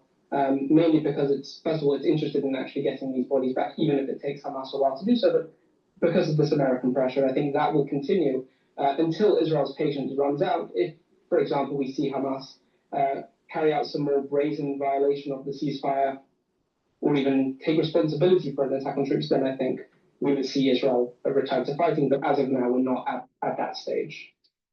We are obviously seeing people express concern, countries like Turkey, very critical of the Israeli action, and reports, as I said, of women and children amongst those who've been killed this week. So, I mean, Israel has said that in these strikes, overnight and this morning, targeted Hamas commanders and commanders of other armed groups in Gaza and infrastructure. We are, of course, seeing the tolls from the hospitals in the Strip and from Hamas authorities that it's over 100 dead, and there are, of course, women and children among them. But as Israel said since the beginning of the war, it only really intends to target Hamas, who is, of course, deeply embedded within the civilian population in the Strip. Obviously, there's also the diplomatic pressure continuing to move on to phase 2. Where are we with that, as far as you know? Right now, I haven't really heard of any major progress being made toward that. We're just at this sort of stage right now where the IDF is still deployed to most of Gaza. It's holding 53% of the territory. And the next stage is supposed to see some sort of international force deploy in Gaza and Hamas disarm, and then the army withdraw further. But I think that might be sort of quite distant at this point. It doesn't seem to be making as much progress as maybe the Americans thought. But right now, that's why Israel again is sort of maintaining the ceasefire despite the Hamas violations, despite the killing of the soldier, because the Americans, of course, want to see this deal go through all the way to the final phases that it had, of course, envisioned. Mani Fabian, military correspondent for the Times of Israel. Thank you very much indeed. This is just more proof that what I was saying. It's going to be a false ceasefire, and that there's going to be a curse on the world in 2026 after September 11th. Why? Because the shofar is not blown on Shabbos for Rosh Hashanah. And every time that happens, there's a curse that comes down. So it's coming. Please go to my store, the-studio-reykjavik.com. Get the lignans. This will help to boost up your immune system and your endocrine system, bring down inflammation and soak up free radicals. Turmeric will bring down inflammation and soak up free radicals. And ashwagandha will help you to control your cortisol levels and your blood glucose levels. When you stack these together, this is a very powerful stack to boost up your immune system, help with your cardiovascular system, and by bringing down inflammation and soaking up free radicals at the cerebral level, you're helping to improve the health of your neurons. So please go to my store, get this powerful stack, take this especially for the fall and the winter season to boost up that immune system. Please go to my store, use discount 5, all caps, discount 5, get $5 off any order on my website, the-studio-reykjavik.com. That's the end of my broadcast. Thank you for listening and have a nice day.